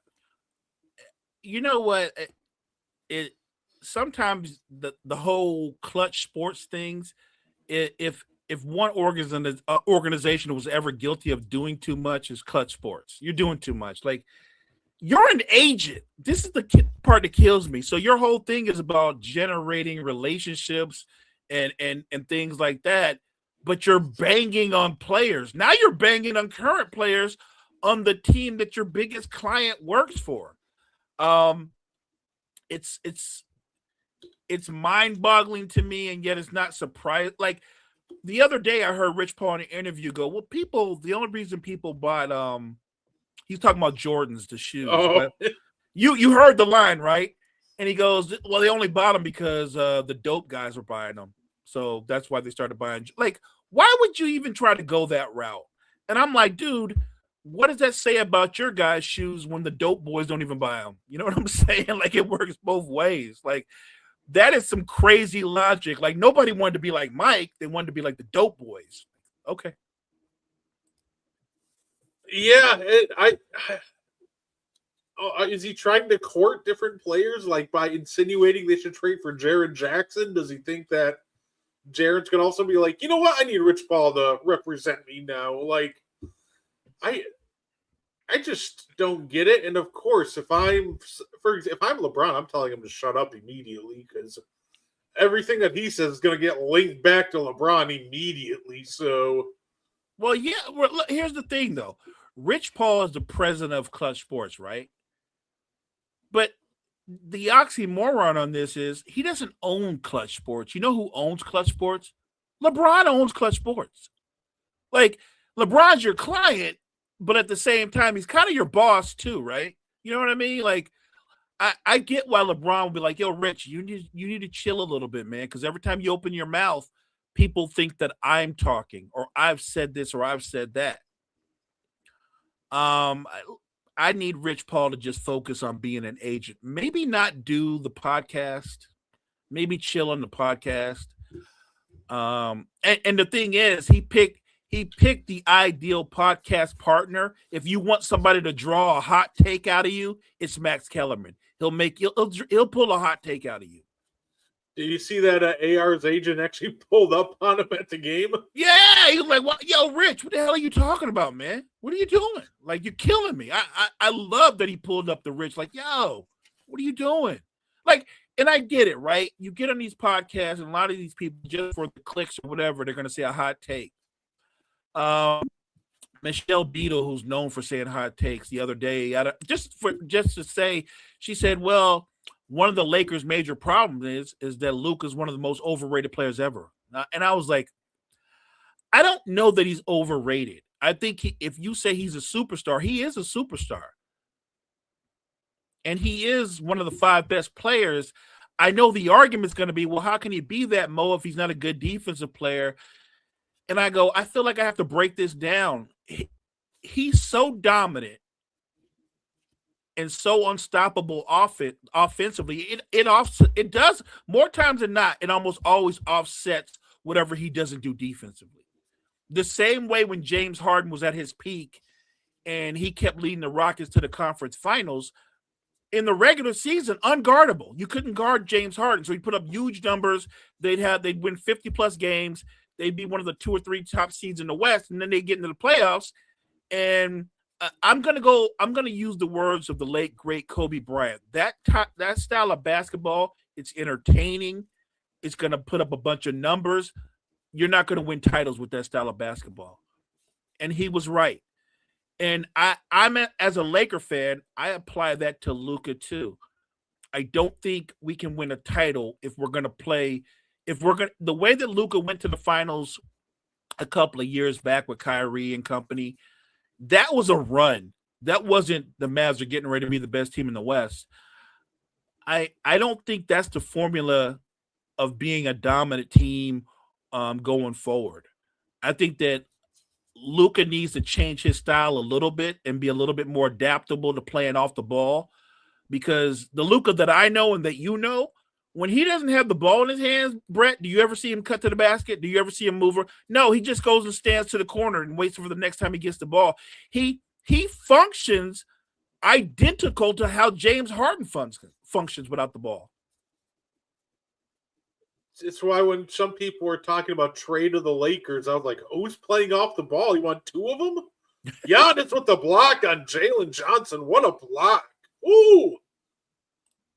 The Kuzma 3. Yeah, of course, he had to ruin that. But, yeah, no, that's why when people were talking about Trae Young to the Lakers, possibly, like, why? Like, Luka can't play off the ball. Now you want Trae Young, who doesn't play off the ball, though? Yeah, bring me another one. Let's say Corey Kispert with the nice drive there. I enjoy baseball. Say we got a nice little DHO action. Gives it down to Miles. Passes it to turnover. I think he thought he was fouled. Giannis to the rack. Fouled. Look, I'm not gonna front. Baseball's not my jam, but I do love postseason baseball. I don't care for regular season baseball, but I love postseason baseball. And I'm honest, I'm a casual Dodgers fan. My family, they grew up watching the Dodgers, so I watch the Dodgers by default. But I don't front run. I didn't go out and I've never gone out and bought Dodgers gears and stuff because that's not my style. It's great for the home city for them to get the dub, but I'm not going to suddenly be like, look at Mo with all that Dodgers gear on. That's not my thing. I am a Brewers fan, and I think I have one Brewers jersey. I do have one Brewers jersey. It's the greatest thing ever, too. When I was younger, and I've always had this infatuation of like really liking really random people on different teams. And a couple of times, just for fun, when I was younger, I tried to start a chance for the third base coach of the Milwaukee Brewers, Garth Org, who was a second baseman, I believe, for the Blue Jays in like 1978. And I'd always root for him just for fun. And my grandma actually got me a Garth Org jersey personalized and got it signed by him. That's and awesome. I'm like, so now I might be the only person with a Milwaukee Brewers Garth Org jersey ever, besides Garth Org himself. I think it's a terrific piece of my collection, and I love it. That's awesome. Your grandma hooked you up. She did her thing. That's awesome. Oh, my grandma always hooks me up. I love her to death. We say she's the one. The last Bucks game I went to was Bucks Knicks earlier this year, and me and Granny went to Pfizer Forum to catch it. Awesome. So you know my biggest problem with the idea of Luka's overrated though, like the whole Michelle Beadle quote. Overrated to who? Overrated to what? I like that. Whose metric are you using? Right. Because I see too many people throw out like, he's so overrated. And I'm like, but to who? Like, because some people rate him properly. Some people overrate him. So, like, whose metric are we using here? If I tell you Luka Doncic is a top 5 player in basketball, I don't think that's overrating him. That's properly rating him. If I tell you he's a top, I can name 10 players that are more impactful than him, that's underrating him. If I say he's the best player in the world, that's overrating him. So, like, exactly who is Michelle Beadle talking about? Like, relative to what? How is he overrated? Yeah, and I'm with you. If I'll criticize Luka, I'll criticize him just on his effort on the other end of the floor. There's no doubt in my mind he's a superstar. But look, I don't care by what metric. There are no perfect players. The very best player has a flaw, or they can be flawed. Look, Luka, for a guy who's not blessed with a 40-inch vertical or jet quick speed or lateral quickness, is probably one of the hardest guards in NBA history in terms of trying to cover him one-on-one because of his skill, his footwork, his touch, his strength. He is one of the great offensive players of the last 20 years, in my opinion. And if you want to nitpick, but because I get that when we start talking sports, I guess you nitpick when you compare one great player to another great player. You can go that route. I don't think Luka's overrated. I asked the question on TikTok because that's what I do. I like to ask questions because I'm interested in what people think. I think Luka, if you're ranking him as a top 5 player, then you're ranking him properly. I think he's one of the top 5 players in basketball. And if somebody wants to go, well, wait a minute, Mo, he's not a two-way player, and Joker's not necessarily a two-way player, I understand that. But to Joker's credit, prior to his injury, Joker's never been a lockdown defender, but he has been a competent team defender. And if you watch the Nuggets play, you would know that. Luka might struggle defensively, but he's so dominant offensively. Like I said, 9 times out of 10, that offsets any deficiencies. And if you watch the Lakers play, by the way, so that we don't make this all about Luka's flaws, nobody in the Lakers starting 5 plays defense. Nobody. Ayton don't guard nobody. LeBron don't guard nobody. Reeves don't guard nobody. I think Rui tries to guard people, but he can't. Like, I'm saying that an entire starting 5 is a bunch of cones. And I know we were going to talk some Bucks Hawks, but this thing got out to 33-21, and the Hawks haven't even threatened Milwaukee since. It leads up to good. 21 now. Yeah, I'm watching this, and it's not. I mean, it's good if you're a Bucks fan. Oh, this looks awesome for me as a Bucks fan, but if you guys came here with us for the watch along, it's probably not the most entertaining watch along. Hey, you know what? Chat's popping. We're having some great conversations. So shout out to all you guys. I'm definitely looking forward. I definitely enjoyed this so far, though. But I think isn't that kind of the difference when it comes to these, for example, top 5 players relative to like the rest of the league when we talk about like Luka and Jokic? It feels like that we've seen them be able to at least be either slightly negative and at some points even maybe even a neutral defender in the terms of a team scheme. While when we're talking about some of these bottom, when I say like Keontae George doesn't play defense, for example, like he just isn't good in a team scheme or as an individual defender. So, by the way, I think that's the next step for Keontae George, just to be able to play, learn how to defend it, even just in a team scheme. But I think that's really your difference with these like top end talents like Luka and Jokic to some of these bottom end talents. We've seen that when they are locked in, they can defend. It's just they're not going to go full Kawhi, but they're going to make sure they're in the right spots. They're going to get their hands in the passing lanes. They're going to defend in the terms of a team scheme. So I think that's your big difference between your top 5 offensive talents in terms of grading them as players and, some of the guys below them. I couldn't agree more. Look, when it comes to defense, really it is about activity. It's about activity and just being aware, especially in the team concept. You don't have to be a lockdown defender to be an effective defender. It's funny because if you look at a team, for example, like the Spurs, they're a good defensive team, but they're primarily a good defensive team because of Wemby. You know what I mean? When Wemby's not on the floor, they're not as good. And it's not because Castle's not a good defender, but I'm talking about some of the other perimeter defenders. They're not great defenders. Wemby erases a lot of mistakes. He really does, because we've never seen nobody that big cover that much ground. So I get it. It's an interesting thing. Look at Anthony Edwards. Look at Ant, for instance. A freakish athlete in every sense of the word, explosive scorer. And he's showing you that Ant can be a great defender when he's locked in. He has that kind of ability. Does he do it on a night in and night out basis? No, he doesn't. But he can do that. Look at SGA. I think SGA is probably the most consistent of the top 5 players. SGA he's a really good defender, especially in the team concept.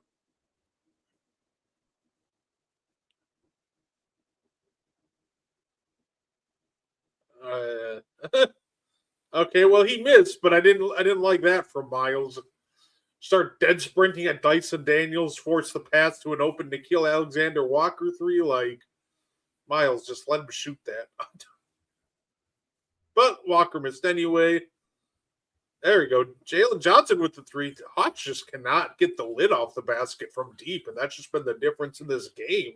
What is the next step, Brett, for the Hawks? Like, I understand moving somebody like Trae Young, who's been the face of your franchise for many years, but now that he's gone and you're clearly invested in Jalen Johnson, but I guess what I'm asking is, do they look to add another guy to Jalen Johnson, or do they just try to continue to develop some of the younger players on the roster? Like, a good example is their big man, Okongwu. To his credit, he hasn't shot the ball well this game, but Okongwu's added a three-point shot to his arsenal.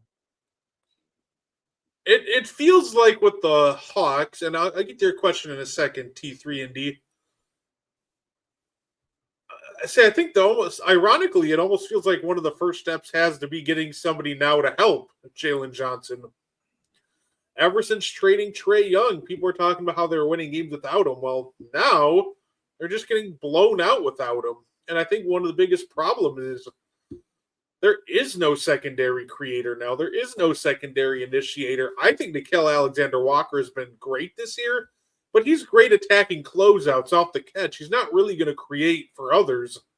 So it feels like that the next step is, okay, we moved on from Trae Young, but now we have a glaring need to get Jalen Johnson some help. This is true. And I don't really think that guy is currently on the roster. So I think that's why, I think the guy's coming up in the draft. I think you're going to be in a great position to draft a guy like Peterson, Dimebasta. Like, I feel like their next step is nailing this offseason, because I think if they get their playmaker that they need in the draft and the young guys keep developing at the rate that they do, Hawks are going to be right back in the thick of it next year. So let me ask this question then, because obviously Jalen Johnson plays the 3 and the 4. But if you go out and get another perimeter player to be more of a playmaker, because they do need another creator, does that mean that Dyson Daniel comes off the bench, or does he stay in the starting lineup? Look, because he does a lot of things well. Like, Dyson Daniels will never short you on effort. He's a terrific defender. He's an all-NBA defender. He's a good rebounder. He's a good facilitator, but he's not the kind of facilitator that breaks defenses down. Does he stay in the starting lineup if you can get that secondary playmaker? I think you would. I think the guy you end up replacing is CJ McCollum out of the starting lineup. I'd say once you replace CJ, for example, with maybe like a Darren Peterson, and then it's just Peterson, for example, or whoever you draft, Daniels, Johnson, Okongwu, Alexander Walker as your 5, and you are as your starting 5. Obviously, Okongwu would be at the 5, but I think you're off to the races at that point. Brett, that was the more interesting thing about the trade for Trae Young. Like, I understand the Hawks wanting to move off of him, but they had to know when we move off of Trae Young, we desperately need another playmaker or creator for Jalen Johnson. So you would have thought, let's go after somebody that can be part of the future with Jalen Johnson. I'm not knocking CJ, who a guy I've been a fan of for years. But let's be real, CJ's 33, 34. He's not part of their future, right? And so I don't understand the move as a whole, because they didn't get back any assets that's going to help them going forward. I think the Hawks just looked at it as cap relief. That's the funny part. I find it funny when teams like Atlanta do this. They'll make moves like, salary cap for the offseason. I'm like, great. Name me who's dying to sign in Atlanta right now. Yeah. Who's going to be available? Yeah. The only guys you're getting in Atlanta are guys you overpay or role players, which you have been nailed, which we gave him credit for Alexander Walker. But the problem with creating cap space for Atlanta for a max contract slot is I'm not exactly sure who's dying to go, let's come to Atlanta to play ball. it'll be somebody that you're vastly overpaying for, like you said. Like, you're not going to get, if there's a top free agent coming out in free agency, they're not going to Atlanta. They're not. You're gonna get secondary, even third guys. Like, I'm sure you could overpay a guy like Zach LaVine, but is Zach LaVine going to make you guys better?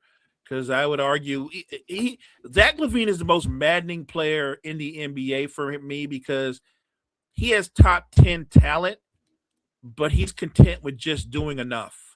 And it drives me crazy because his skill set, his talent says we should be talking about Zach LaVine the way we talk about Booker and Ant and any other top 2 guard, and we don't, because I just feel like, Brett, he just does enough to stay in the league, and it there's no sense of urgency with Zach LaVine. But if you look at his skill set, can break you down off the dribble, can shoot the three, not just shoot it, but shoot it he shoots 40% from 3.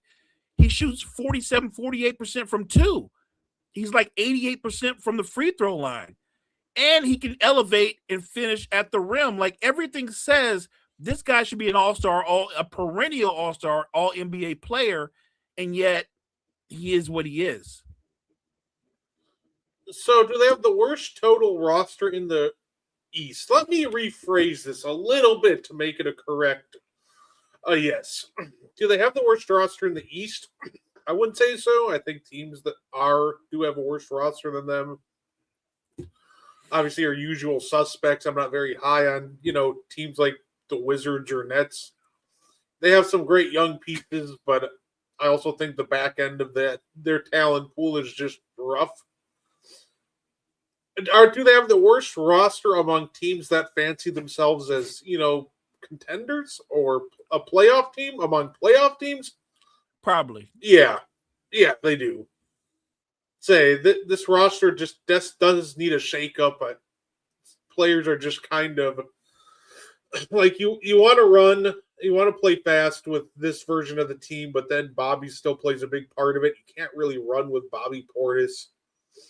You want to get shooters around Giannis, but then we just got too many guys that go ice cold and are inconsistent. Like, I think if we slightly revamp this question to worst team that fancies themselves as a playoff team, then yeah, this is probably the worst roster that fancies himself as a playoff team. Yeah, I do think the Bulls still have a worse roster.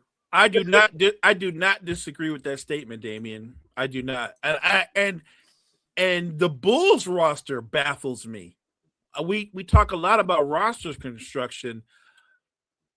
I like that they kept Giddey. I think Josh Giddey is one of those pieces that can be a big part of your future, not as your best player. I think he could be one of your 3 best players, but outside of Giddey, what are you doing?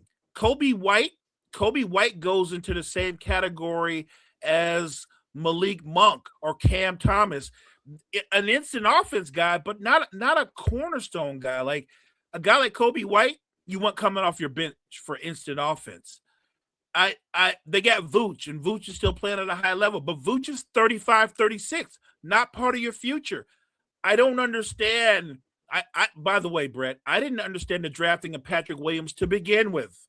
Like when they drafted him, I felt like the Bulls were like, we know something that the rest of you don't know. And I was like, no, you don't. And they still don't.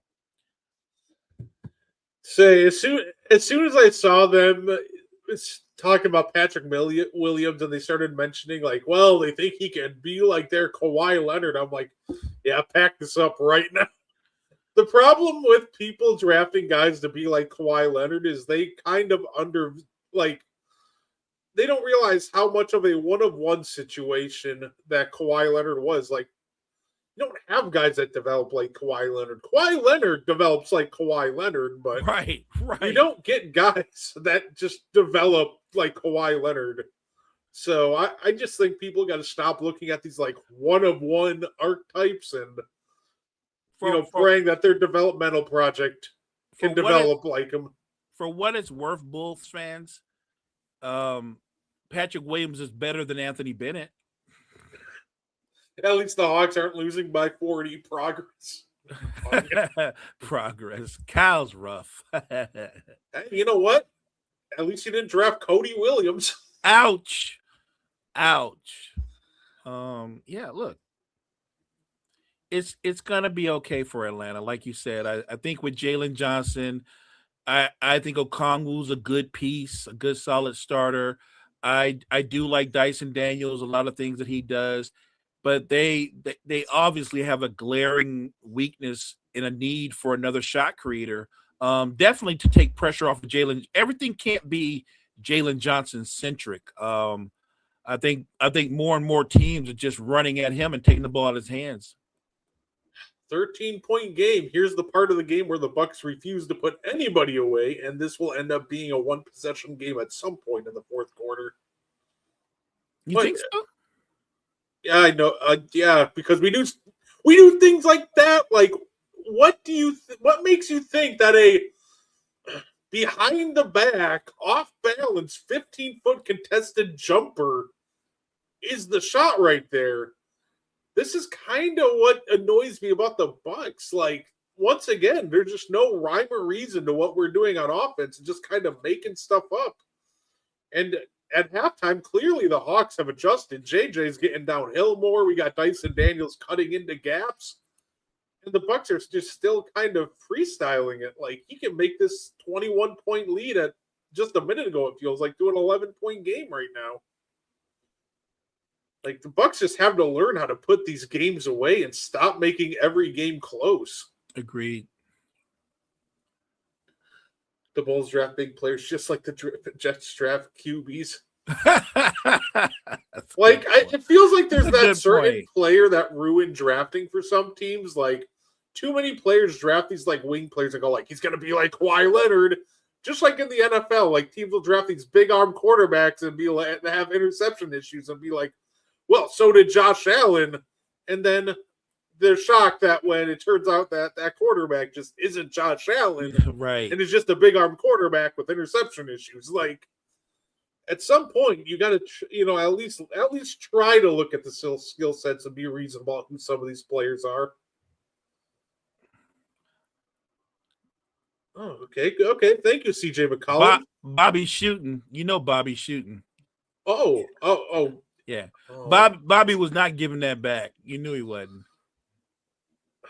Okay. You know what? He scored. Sure. Why not? Well, I mean, that 8 to 10 foot hook shot of his is not bad. That's not a bad go-to. It's not a bad shot, but when I get a fast break and it's just him settling into the post, I'm like, you can at least try to get a layup or a dunk. But you know what? He made it. I can't complain too much. He is good from that little area, so I'll take it. Please, AJ Green. Please. Nope. Look at Alexander Walker. My God, he's nice. That was nice. Good finish. Good finish by Walker. Yeah, he is nice. Let's see. That was careless. Where were you going with that, Porter? Yeah. What was the end game? Completely out of control. I didn't understand that. Doc's about to get that weird look in his face. Glenn, give me a timeout. I don't care. We got a minute left in the third. Bobby's shooting this. He's shooting it again. He's feeling it. Here come that hook. There, yeah. When he can crab walk you to his spot, Portis is really effective. No, absolutely. Absolutely. His offensive talent has never been in doubt for me. I'm just trying to. I'm just getting nervous because I've seen how this plays out multiple times, and I don't like how this ends for us normally. Good shot by JJ. Just didn't go. I just don't know what's going through in Glenn's mind on the sideline, watching the other team start to come back in most of these situations. It's like the AOL dial-up noise is going on, and just nothing else.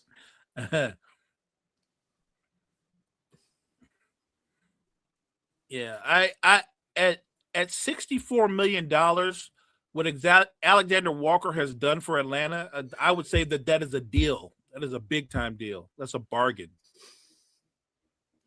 No, absolutely.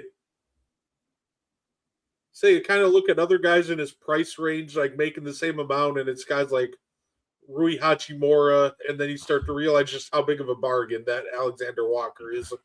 I didn't mean to bring up. Don't get me started on Rui. I didn't mean to bring that up, and she's the first guy I thought of that was also making 18. Yeah. Rui, the funny thing about Rui is he's very popular among Lakers fans. And I don't dislike him, but I'm not sure why he's so popular, because I know everything shouldn't be about the money, but for what you make, I'm gonna need more than that. Can we not do something stupid every 5 seconds? Why are we aggressively closing out there, rushing the shot? Yeah, I didn't get that. I don't even know if Doc has a playbook. It just seems like something like he just wrote a message on a napkin that says "Have fun, guys." That he wrote at team breakfast. Have fun. Like, oh god. Darvin Ham's like just next to him going salute. Like, that's the entire offensive playbook 90% of the time. I think Darvin Ham's just happy to be back in the league. Yeah. He's not gonna rock the boat. He's not gonna say anything. He's just glad to be having a job, good seat in the house. One of those, like, if I say quiet, maybe they'll forget I'm here. Right. That's exactly right.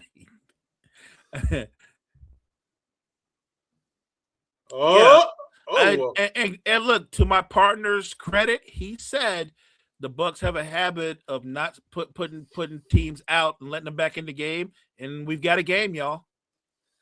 8-point game, because Milwaukee just hates me apparently, and every game needs to give me a heart attack before we eventually either win or lose in the most dramatic fashion possible. Yeah, no, it just that's my frustration. That's what I was trying to say earlier. It's in a league where every team keeps adjusting constantly with little schematic advantages. The Bucks have none of that. So now when the Hawks have made adjustments, like I said, I like their adjustments. I like watching all of a sudden Dyson Daniels is cutting into the open lanes of the Bucks defense. JJ's more aggressive getting downhill.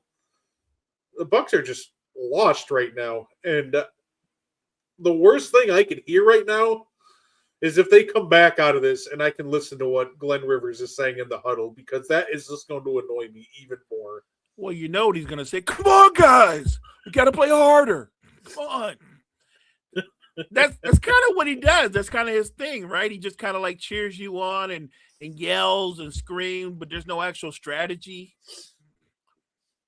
Let me ask you a question, Brett. If you could, if they decided to move off of Doc Rivers, is there a coach that you have in mind that you would like to see take over? Anybody.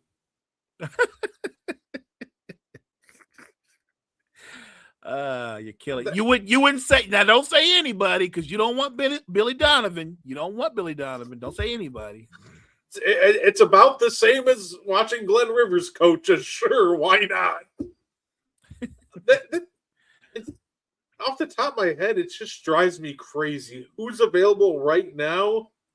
I don't know if there is an amazing coach that's available right now. It just feels like we missed our boat a couple of years ago when there were amazing coaches available. I feel like we in the NBA more times than not, we regurgitate older coaches. We very rarely let younger coaches get a stab at it. But I think that if I were the Bucks, I'd be looking for a younger voice, not just because they're young, but I'm talking about a young voice that's innovative. Maybe they've had success at the college level, and they might be able to relate to the players better. Because if Doc Rivers were to be fired, you know what's going to happen. They're going to hire a coach that's already in the league. Somebody else is going to get fired. It'll become the Bucks coach, or it'll be what's old boy's name that was the coach of the Nuggets. He's Mike Malone. Malone. Malone will become the new Milwaukee Bucks coach. Yeah, I think we'd end up looking at names like Mike Malone, Yeager, right, Jenkins, Frank Vogel. We'd probably sniff around a lot of familiar names if we fired them, but Tom Thibodeau. No, But you don't want Tibbs. You don't want Tibbs. say I just want somebody that will like somewhat give us a chance in games like this. Like I want somebody who will actually make adjustments when we need them. So like Now I know you don't want Tibbs. if I got the news if we fired Doc tomorrow and signed someone, for example, like Mike Malone, I'd be open to it. Like it really can't go much worse than it is right now. I think that's fair. And I think the Bucks GM is probably reluctant to pull the plug on Doc only because the GM is probably, if he's honest, he's going, if I'm looking at the roster construction, I can't kill Doc because it's not like, when you look at the teams that can be in the playoffs, we're probably one of the weaker rosters, right? If you know what I mean? Like, it's not a loaded roster. No, you've got a transcendent player who's still in his prime in Giannis, but you don't have a clear heir apparent in terms of who is the number 2 guy on the Bucks night in and night out. Like talent wise, it would be Kevin Porter Jr., but Kevin Porter Jr. is so erratic sometimes.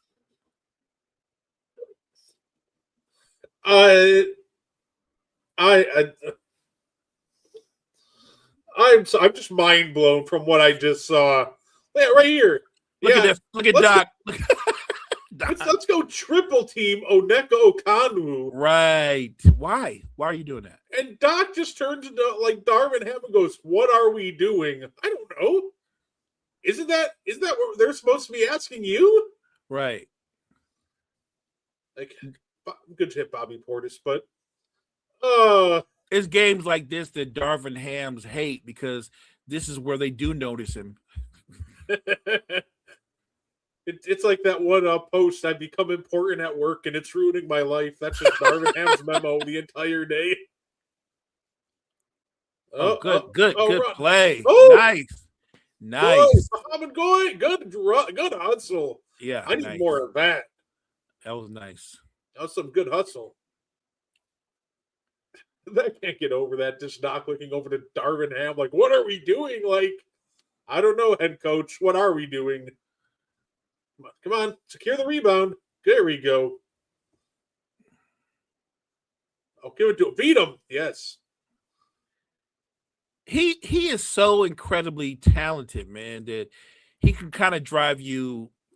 He can drive you crazy up and down. Like, he's the kind of player that if you're a coach, they talk about how he adds gray hairs. He's one of those players. He's an incredibly talented player, but he can just be so up and down. No, fair. Say, by the way, there we go. That was a good answer. I'd say good job by Bobby and Kevin to finally weather the storm. I like that. They responded. Yeah, they pushed back. Say, by the way, we got a fun Detroit is bringing in Drew Petzing as their new offensive coordinator, the offensive coordinator of the Arizona Cardinals. So, okay, so they're bringing in the former Cardinals OC to be their OC next year. All right.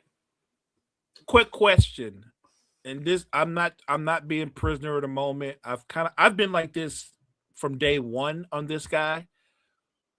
Do you think this? Because you know that it's coming up where the Texans have to make an investment in C.J. Stroud. Now they're gonna pick up the 5th year. That's a given. But the question is, are they going to extend him? Because Troy Aikman, he said a great line, and I think is 100% facts. He said that C.J. Stroud is chasing his rookie self. I agree. I agree with that. And I'm the kind of guy that I can't be sold on the fact that you have arm talent. I need to be sold on the fact that you have those intangibles that you can make plays or make timely throws when it's most needed. And I'm not really completely sold on Stroud. I don't know. In a way, to me, Brett, I think he had the easiest job coming into the postseason. Like, He had one job. If the offense was boring, dull, didn't score, you went 3 and out, 3 and out, 3 and out, 3 and out, they would still win the football game. Like, you got one job. Don't turn the football over. If you don't turn the football over and the Patriots shut you down and y'all just keep going 3 and out, 3 and out, 3 and out, I still say they would have won the football game. People make fun of game managers all the time, but if the Houston Texans had a game manager at quarterback, they're playing, in the AFC Championship game right now. I agree. Like, it's funny, people talk about game managers like it's a bad thing, but in all reality, if the Texans had somebody who could literally just not turn the ball over and manage the flow of the game, yeah, guess what? I do believe that they win both of those games. Same. I think the Patriots played well. I think Drake May was terrific, but I also think that a lot of their momentum came off turnovers. And I don't think it's a guarantee they beat the Patriots if you switch out Stroud with a game manager. But at the same time, like, I feel like obviously the odds just skyrocket. If you're going to extend CJ Stroud, though, Mo, I'm telling you right now, do it this year. Do it this year. Look, his stock is at an all-time low. You're never going to get a better price than this year. Agreed. Which I also think his agent knows, which is probably why he's not going to do it this year. But if you're the Texans, push for it this year and get something done if he's your franchise quarterback. But, be smart. Be like, look, stock's at an all-time low. Let's see if we can get him to buy low. And if he bounces back and beats like his rookie year self the next couple of years, then boom, you struck while the iron's hot. If he doesn't, well, that's why you set up the back end of the contract to not be guaranteed. Agreed. And look, like I said, I'm not arguing about his talent. I'm simply saying that in the situation that he was in, they didn't need him to be John Elway. They didn't need him to be Josh Allen. They just needed him to take care of the football. If he just took care of the football, the Texans are playing in the AFC title game. And I'm a huge Drake May fan, but part of the reason why the Patriots scored what they scored is because, my God, the turnovers, man. Jesus Christ, that's crazy. Like that defense. I know people will go, well, the defense. Yes, the defense got scored on, but damn, man, they were in the field all the time, courtesy of the offense. I don't care how good a defense you are. If you're on the field all the time because your offense is giving the ball to the other team, yeah, you're gonna crack. It happens. But there's no doubt in my mind that is a championship defense. Say absolutely. Nick said so what is that? That's such bad defense. That is not a championship level defense, but right. Even if we want to say that Stroud wasn't the main problem, he definitely wasn't the solution. And the answer at the end of the day is the offense of the Texans was the problem. You can blame the O-line, you can blame play calling, you can go a lot of different directions, and obviously things like O-line and play calling did have a part to play. But it's just impossible to watch that game and come with a takeaway that I think at the end of the day, you got to probably put most of that on CJ Stroud because he's on his interceptions that the receivers drop. He's throwing the ball high in wet and windy conditions. Those are hard balls to high point in dry conditions. So he's not putting his receivers in an optimal spot to make a play. And then there are the other two interceptions. One was behind and the other is just an arm punt 5 yards to the defensive back. Like, it was the most mind-boggling choice. So that was brutal. Even if he wasn't the full problem, he certainly wasn't the solution. He was not. But at the same time, because we both agree, the NFL is still a quarterback-driven league. You have to be decisive in your decisions with CJ Stroud. If he's your guy, because it is a quarterback-driven league, and I know he had a horrible game, but again, nobody denies what he could be talent-wise. I don't know if you want to give up on him real quick because quarterbacks don't come around that often. And I agree. Yes, you could get a game manager. You could, but giving up on Stroud, I don't know if I would be quick to do that. That's all I'm saying. Like I'm not a huge Stroud fan, but I'm with you. I think I would try my best to extend him right now. Let's see.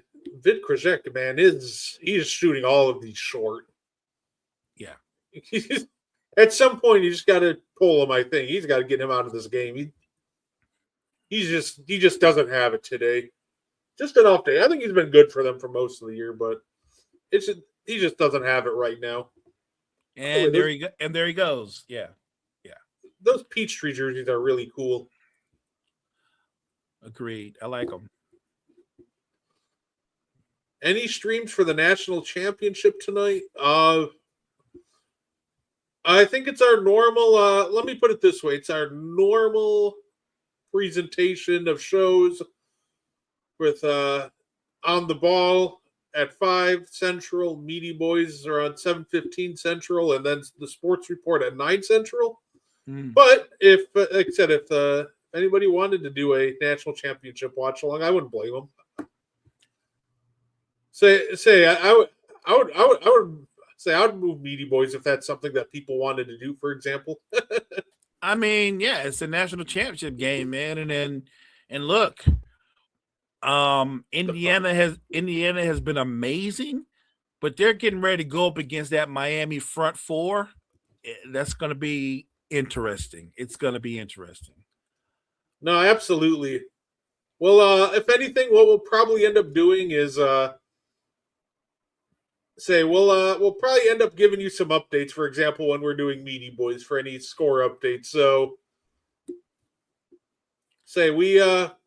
by the way, the Bucks make me want to watch Raw. The Bucks make me want to drink, so I get it. That's crazy.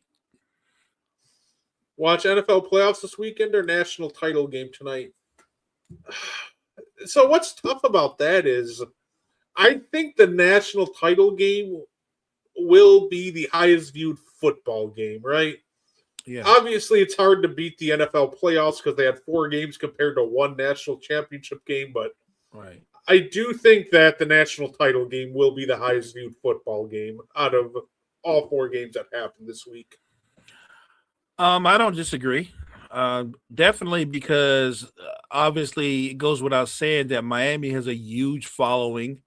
And it's been a minute since the U was this relevant. And then you've got Indiana, who has never been a football powerhouse. And in less than 2 years, they're not just playing for the national championship. They're playing for the national championship in a perfect season. That's crazy.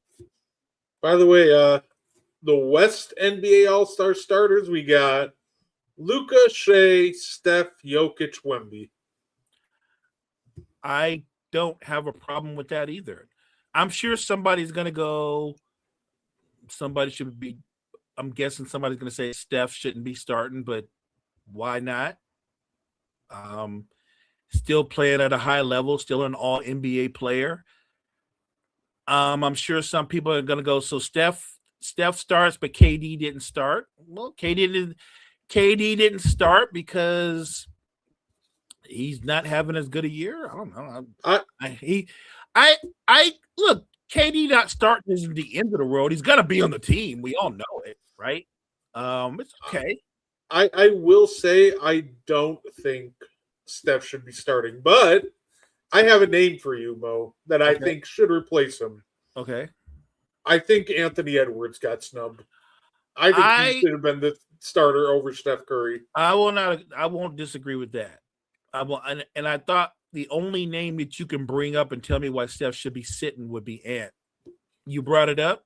I agree. Yes. But what can I tell you? The way the voting's done now, players, media, fans, I would say probably among the fans and the media, Steph is still vastly more popular than Ant. And he might even be more popular even with the players. And look, I'm not mad that Steph made it. I just think you're right. Steph should have made the team, but Ant should be starting. Absolutely. Yes, Jamal Murray should make the All-Star game too as a reserve. It's his time. He deserves it. Say, here we go. 9-point game. Should be about a 15-point game at least, but all right, we're at least winning still. Nice shot. Nice shot. Good hit, Rollins. Why do All-Stars and Pro Bowl matters?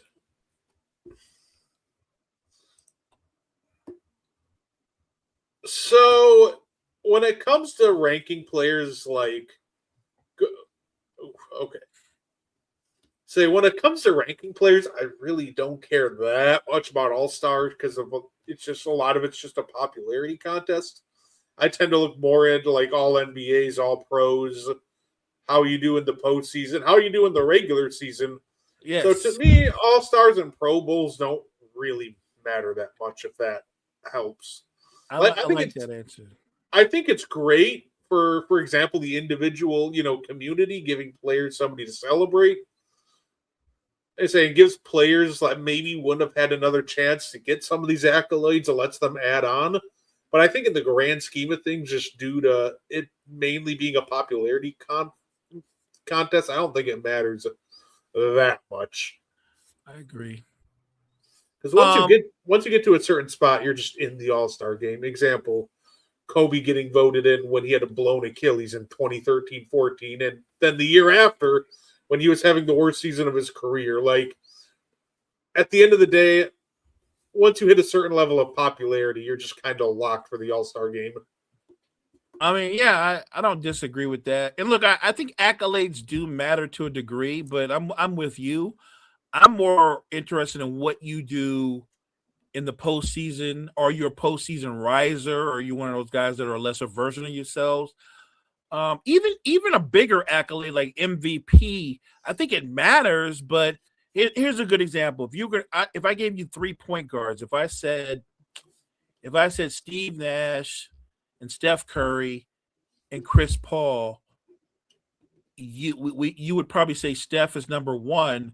But would you immediately say that Steve Nash is number two, that Steve Nash is better than Chris Paul? Because Chris Paul obviously has never won MVP and Steve Nash has 2 of them, right?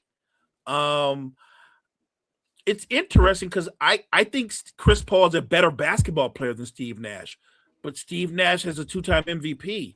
I think Chris Paul should be, wherever you rank them, I think Chris Paul should be ranked higher. Yeah, Chet definitely has a case too. It's weird when players make an All-NBA third team, but not the All-Star game. You're right. Ooh, okay, Nah, good hit. I can't even be mad at that. That's just a great shot by Nah. But I completely agree. It is weird when that happens. So we got Giannis sizing up. All right. Hey, AJ Green off. I know how this goes. 3-pointer. We're going to make this a 5-point game, aren't we?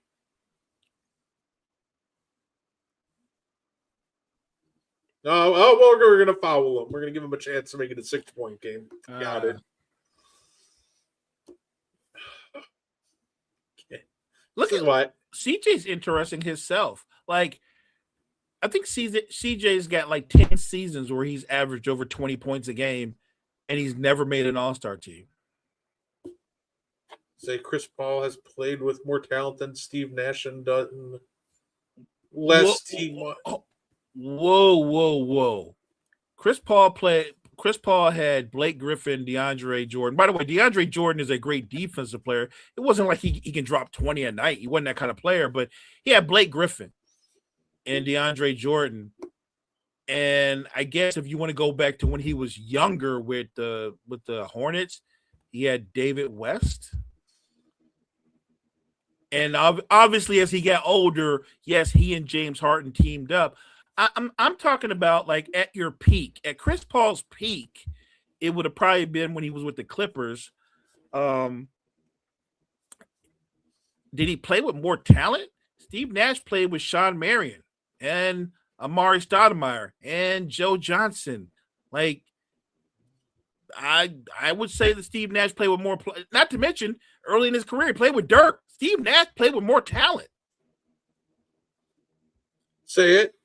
When it comes to the high-end talent, it's tough with kind of comparing the two, because if we keep the conversation to in their prime and younger, it's probably close. But young Chris Paul played with a lot of talent. I do say shout out to Tyson Chandler in New Orleans.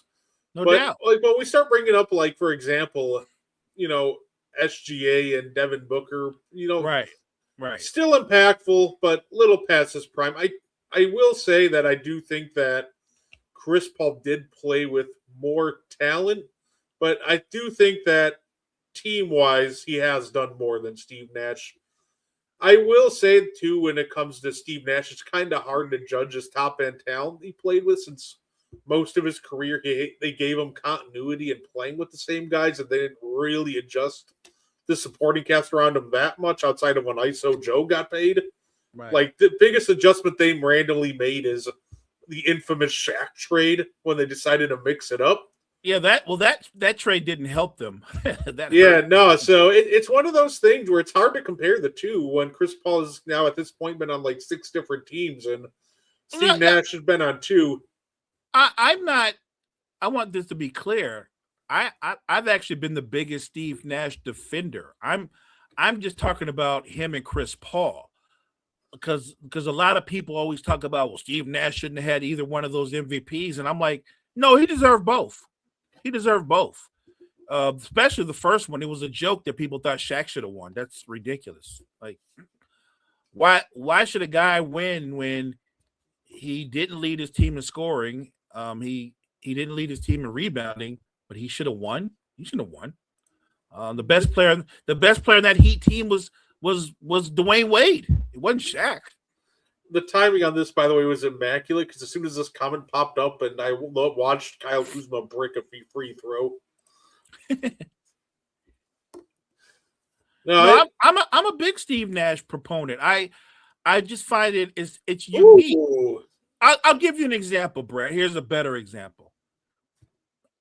Isaiah Thomas or Steve Nash. IT or Nash? Right. I'm talking about, obviously, Isaiah Thomas, the guy that hates Michael Jordan. That Isaiah Thomas, not little IT, who was great until he got injured. But I'm talking about Hall of Famer Isaiah Thomas or Steve Nash. Now, I think a lot of people will still take Steve Nash. I'm a huge Steve Nash fan, and I don't necessarily even like Isaiah Thomas. But if I'm being objective, I don't know that Steve Nash is better than Isaiah Thomas. I think Steve Nash was ahead of his time. I think he was a trailblazer, because that Suns team, they were playing today's NBA kind of basketball. They were playing positionless basketball. Amari didn't play power forward. They had him at center. Sean Marion didn't play small forward. They had him at power forward. They were ahead of their time. And I think Steve Nash was the head of that snake. He was great. Look, by the way, Steve Nash was great. I know Gene hates it when you talk about Steve Nash, because Gene will point out, when that guy won the MVP and he only averaged 17 points a game, and I'm like, right, 17 points a game with like 11 or 12 assists, and he was shooting 50, 40, 90. You know what I mean? Steve Nash was that guy. By the way, Mo, what did I tell you? At some point in the fourth quarter, this is gonna be a one-possession game. Yeah, I don't know how it that is happened. a one-possession game. You called Kyle, it. stop it. Don't do that it. to me, by the way. You called it. You're the Swami. You called it. Dial it up, Doc. Yeah, I think Zeke, I would have Zeke ahead of Steve Nash, but not in that way that people like to disrespect Steve Nash. When people go top 10 point guards, and people get insanely upset when I go, I've got Steve Nash ahead of Westbrook. I do. I'm sorry. He's a better player, not just a better shooter, by the way, which is to say that Steve Nash is a better shooter than Russell Westbrook is a huge understatement. Russ and Derrick Rose are the most freakishly gifted athletes I've ever seen at the point guard position. And Russ is very unique because of his athleticism. But if I were picking a point guard, if I'm trying to win a basketball game and you said Russell Westbrook or 9 times out of 10, I'm taking the or. Russell Westbrook or Chris Paul, or Nash, Isaiah Thomas. You want to go back further? The Big O. Like what great point guard are you taking Russell? And I like Russ, but I think we have to put him in his proper place rather than look at his numbers, Mo. Like, dude, are you taking him over Jason Kidd, who's not? Oh, by the way, Jason Kidd wasn't a great shooter. I'm still not taking Russ. Who are you taking Russ over? That's a great point guard. I know somebody's going to say John Stockton. I wouldn't take him over John Stockton. Oh my gosh, I can't watch this basketball team. I didn't say CP3 was over Walt Frazier. I said he was over. He's saying he has Walt Frazier and Kuzi over CP3 in his top 15. Look, so you and I have this discussion all the time, Brett. I can acknowledge the greatness of Kuzi and Frazier, but they played mostly when it was like black and white TV. You know what I mean? Like. Why would you put? I'm gonna be respectful because Frazier won 2 titles. Kuzi won 8 or 9. So they're both iconic players. And they're both more accomplished than Chris Paul. So I don't have a problem with anybody that has them there, but I feel like we have to separate modern day guys from guys that are from the golden era. Like when you start talking about guys that played in the 50s and 60s, especially in Kuzi's case, because he was playing basketball when there were like 8 teams. And there were 8 teams and like 5 brothers. No offense. There was like 5. I'm just being real. He played when there's 8 teams, like 5 brothers, and not coincidentally, 4 to 5 brothers was on his team. So I'm just saying. So when Mo and I do a lot of our lists, we kind of cut it off at the merger. So like 78 onwards, and then put everything kind of back. Yep. Into its own separate tier list. Oh, boy. Because we want to be respectful to Bill Russell. We want to be respectful to Wilt Chamberlain, Jerry West. I mean, I'm going down the list. And Bob Cousy and guys like that. So we usually have our conversations about guys that played on the other side of the merger. Because it's so difficult to try to – I can't tell you how good Bob Pettit was, man. I mean, I can look at his numbers, but they're numbers to his era, and I want to respect that. What was that, Giannis? Okay. By the way, I'm glad we're paying Miles Turner $25 million just to ride the bench. Yeah, what's that all about? Yeah, we need defense. Yeah, here's Bobby Portis. Oh, Giannis, you can't just push him. Its last 2 possessions from Giannis have been downright terrible. I feel like if I'm going to call out the Bucks, I would be consistent and call out Giannis. We did not need an early in the shot clock post fade, and you can't just extend your arms. Well, I'm sitting here and I'm like slack job because you, partner, called this to perfection. You called this. Yep, Hawks have taken the lead. Oh boy! Oh, big shot by AJ. Nice. They needed that. Thank you, AJ. They needed that. But even then, there wasn't even a play call. It's just we're gonna run a pick and roll. They just happened to leave AJ open. Like, here we go. Oh. Big shot by JJ.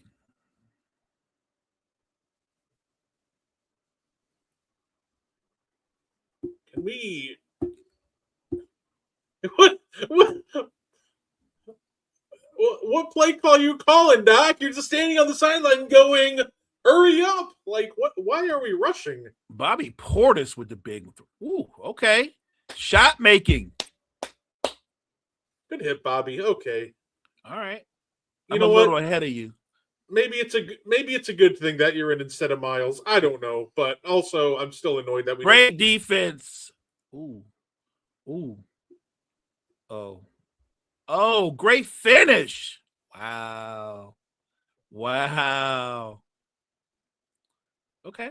Ooh, Okay. and that's a nice spin on it too. Yeah, great finish. Okay.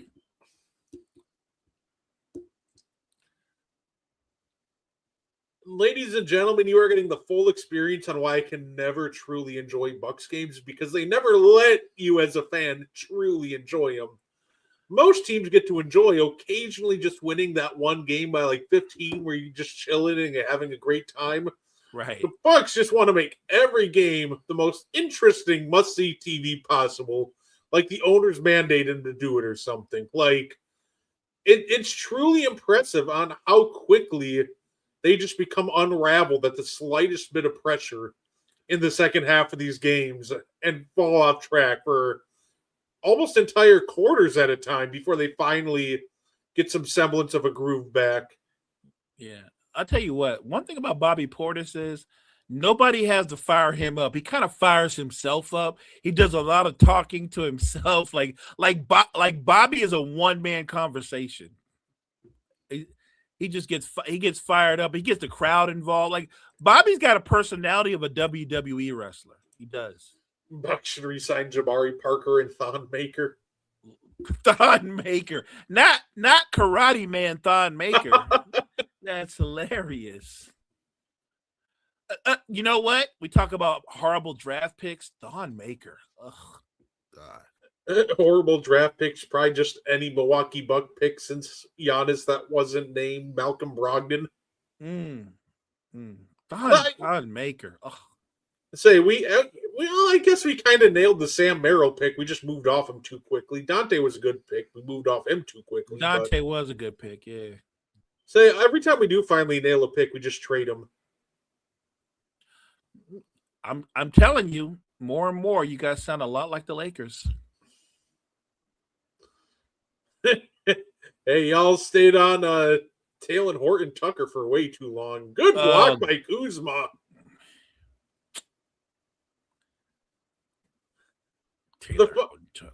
The funniest part is I thought y'all learned from like Taylor Horton Tucker, and then it's like, yeah, you know what? We're gonna draft Jalen Hood Shafino. I'm like, okay, sure. You know how many people told me that Hood Shafino was going to be a star, and I didn't know what I was talking about. I was like, he's not going to be playing in the NBA in a year, and I'm pretty sure I'm right that he's not playing in the NBA. It wasn't a knock against the kid, but he wasn't a next level talent like they try to present him to be. I am absolutely ready to lock in because now the fate of my sanity is going to depend on Kyle Kuzma free throws. And this dude is absolutely going 1 for 2. All hype team. Him and Mo Bamba can be the starting power forward and center on that team. Kuz is about to prove you wrong. This is about to be nothing but net. I hope he does. Man, I'm not going to front. His rookie year from summer league through that first season with the Lakers, I was a huge Kyle Kuzma fan because he was such a big overachiever. It just kind of feels like that he developed bad habits in Washington. He never fully shook. Okay, you know what? You proved me wrong. I love it. Bo and Mo Bamba, future front court. Bo. All right, now the chat's getting wilder and wilder. Hey, according to Shaq, that's Wemby without the opportunity. All I can tell people is this: never listen to Shaq on anything basketball related. He is an all-time great player. He doesn't know the game that he was great in. He doesn't know it. He doesn't know the game. It feels like that almost feels like the problem with just inside the NBA in general. It feels like there's a bunch of guys that at one point knew the game, but as the game evolved and advanced, they just didn't. They got Shaq going now. Wemby should be just playing, back to the basket in the post, like Right. But that just takes away from the uniqueness of Wemby. If you're like, yo, big dog, get down there and play like Eddie Curry, like I don't want him to do that. I want him to do face up, shoot threes, and be this versatile offensive weapon. I don't need him just back to the basket. Agreed. There we go. Your saviors have arrived. Jimmer range, baby. Jimmer. Oh, another one. Before it was Steph range, me and my buddy from New York, shout out Jay, we'd always shoot Jimmer before we shot it. Huge Jimmer Fredette fans. Jimmer he's had a really successful career overseas. I'll say, yeah, and I actually just saw an update. I'm gonna update on him on TikTok. He's apparently coaching his son's team right now. Oh, that actually got me hyped. I don't even care if it wasn't my team. That was a good hit by Nah. Nah's that guy. Oh boy, please, Ryan Rollins. I actually have faith that you'll go 2 for 2, but as soon as they say that, you're going 0 for 2. Nah, I trust Ryan Rollins. Good basket. Here you go, Hooper. Now, Kevin Porter Jr., why in the world will you even take 2 steps with Dyson Daniels? You got the shot off over a late contest because you went with Dyson Daniels.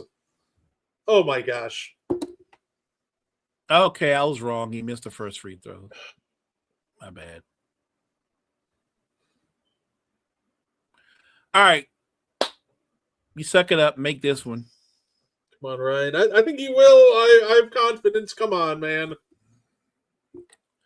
Oh my God, the long delay. Give the man the ball. Jesus. Say it.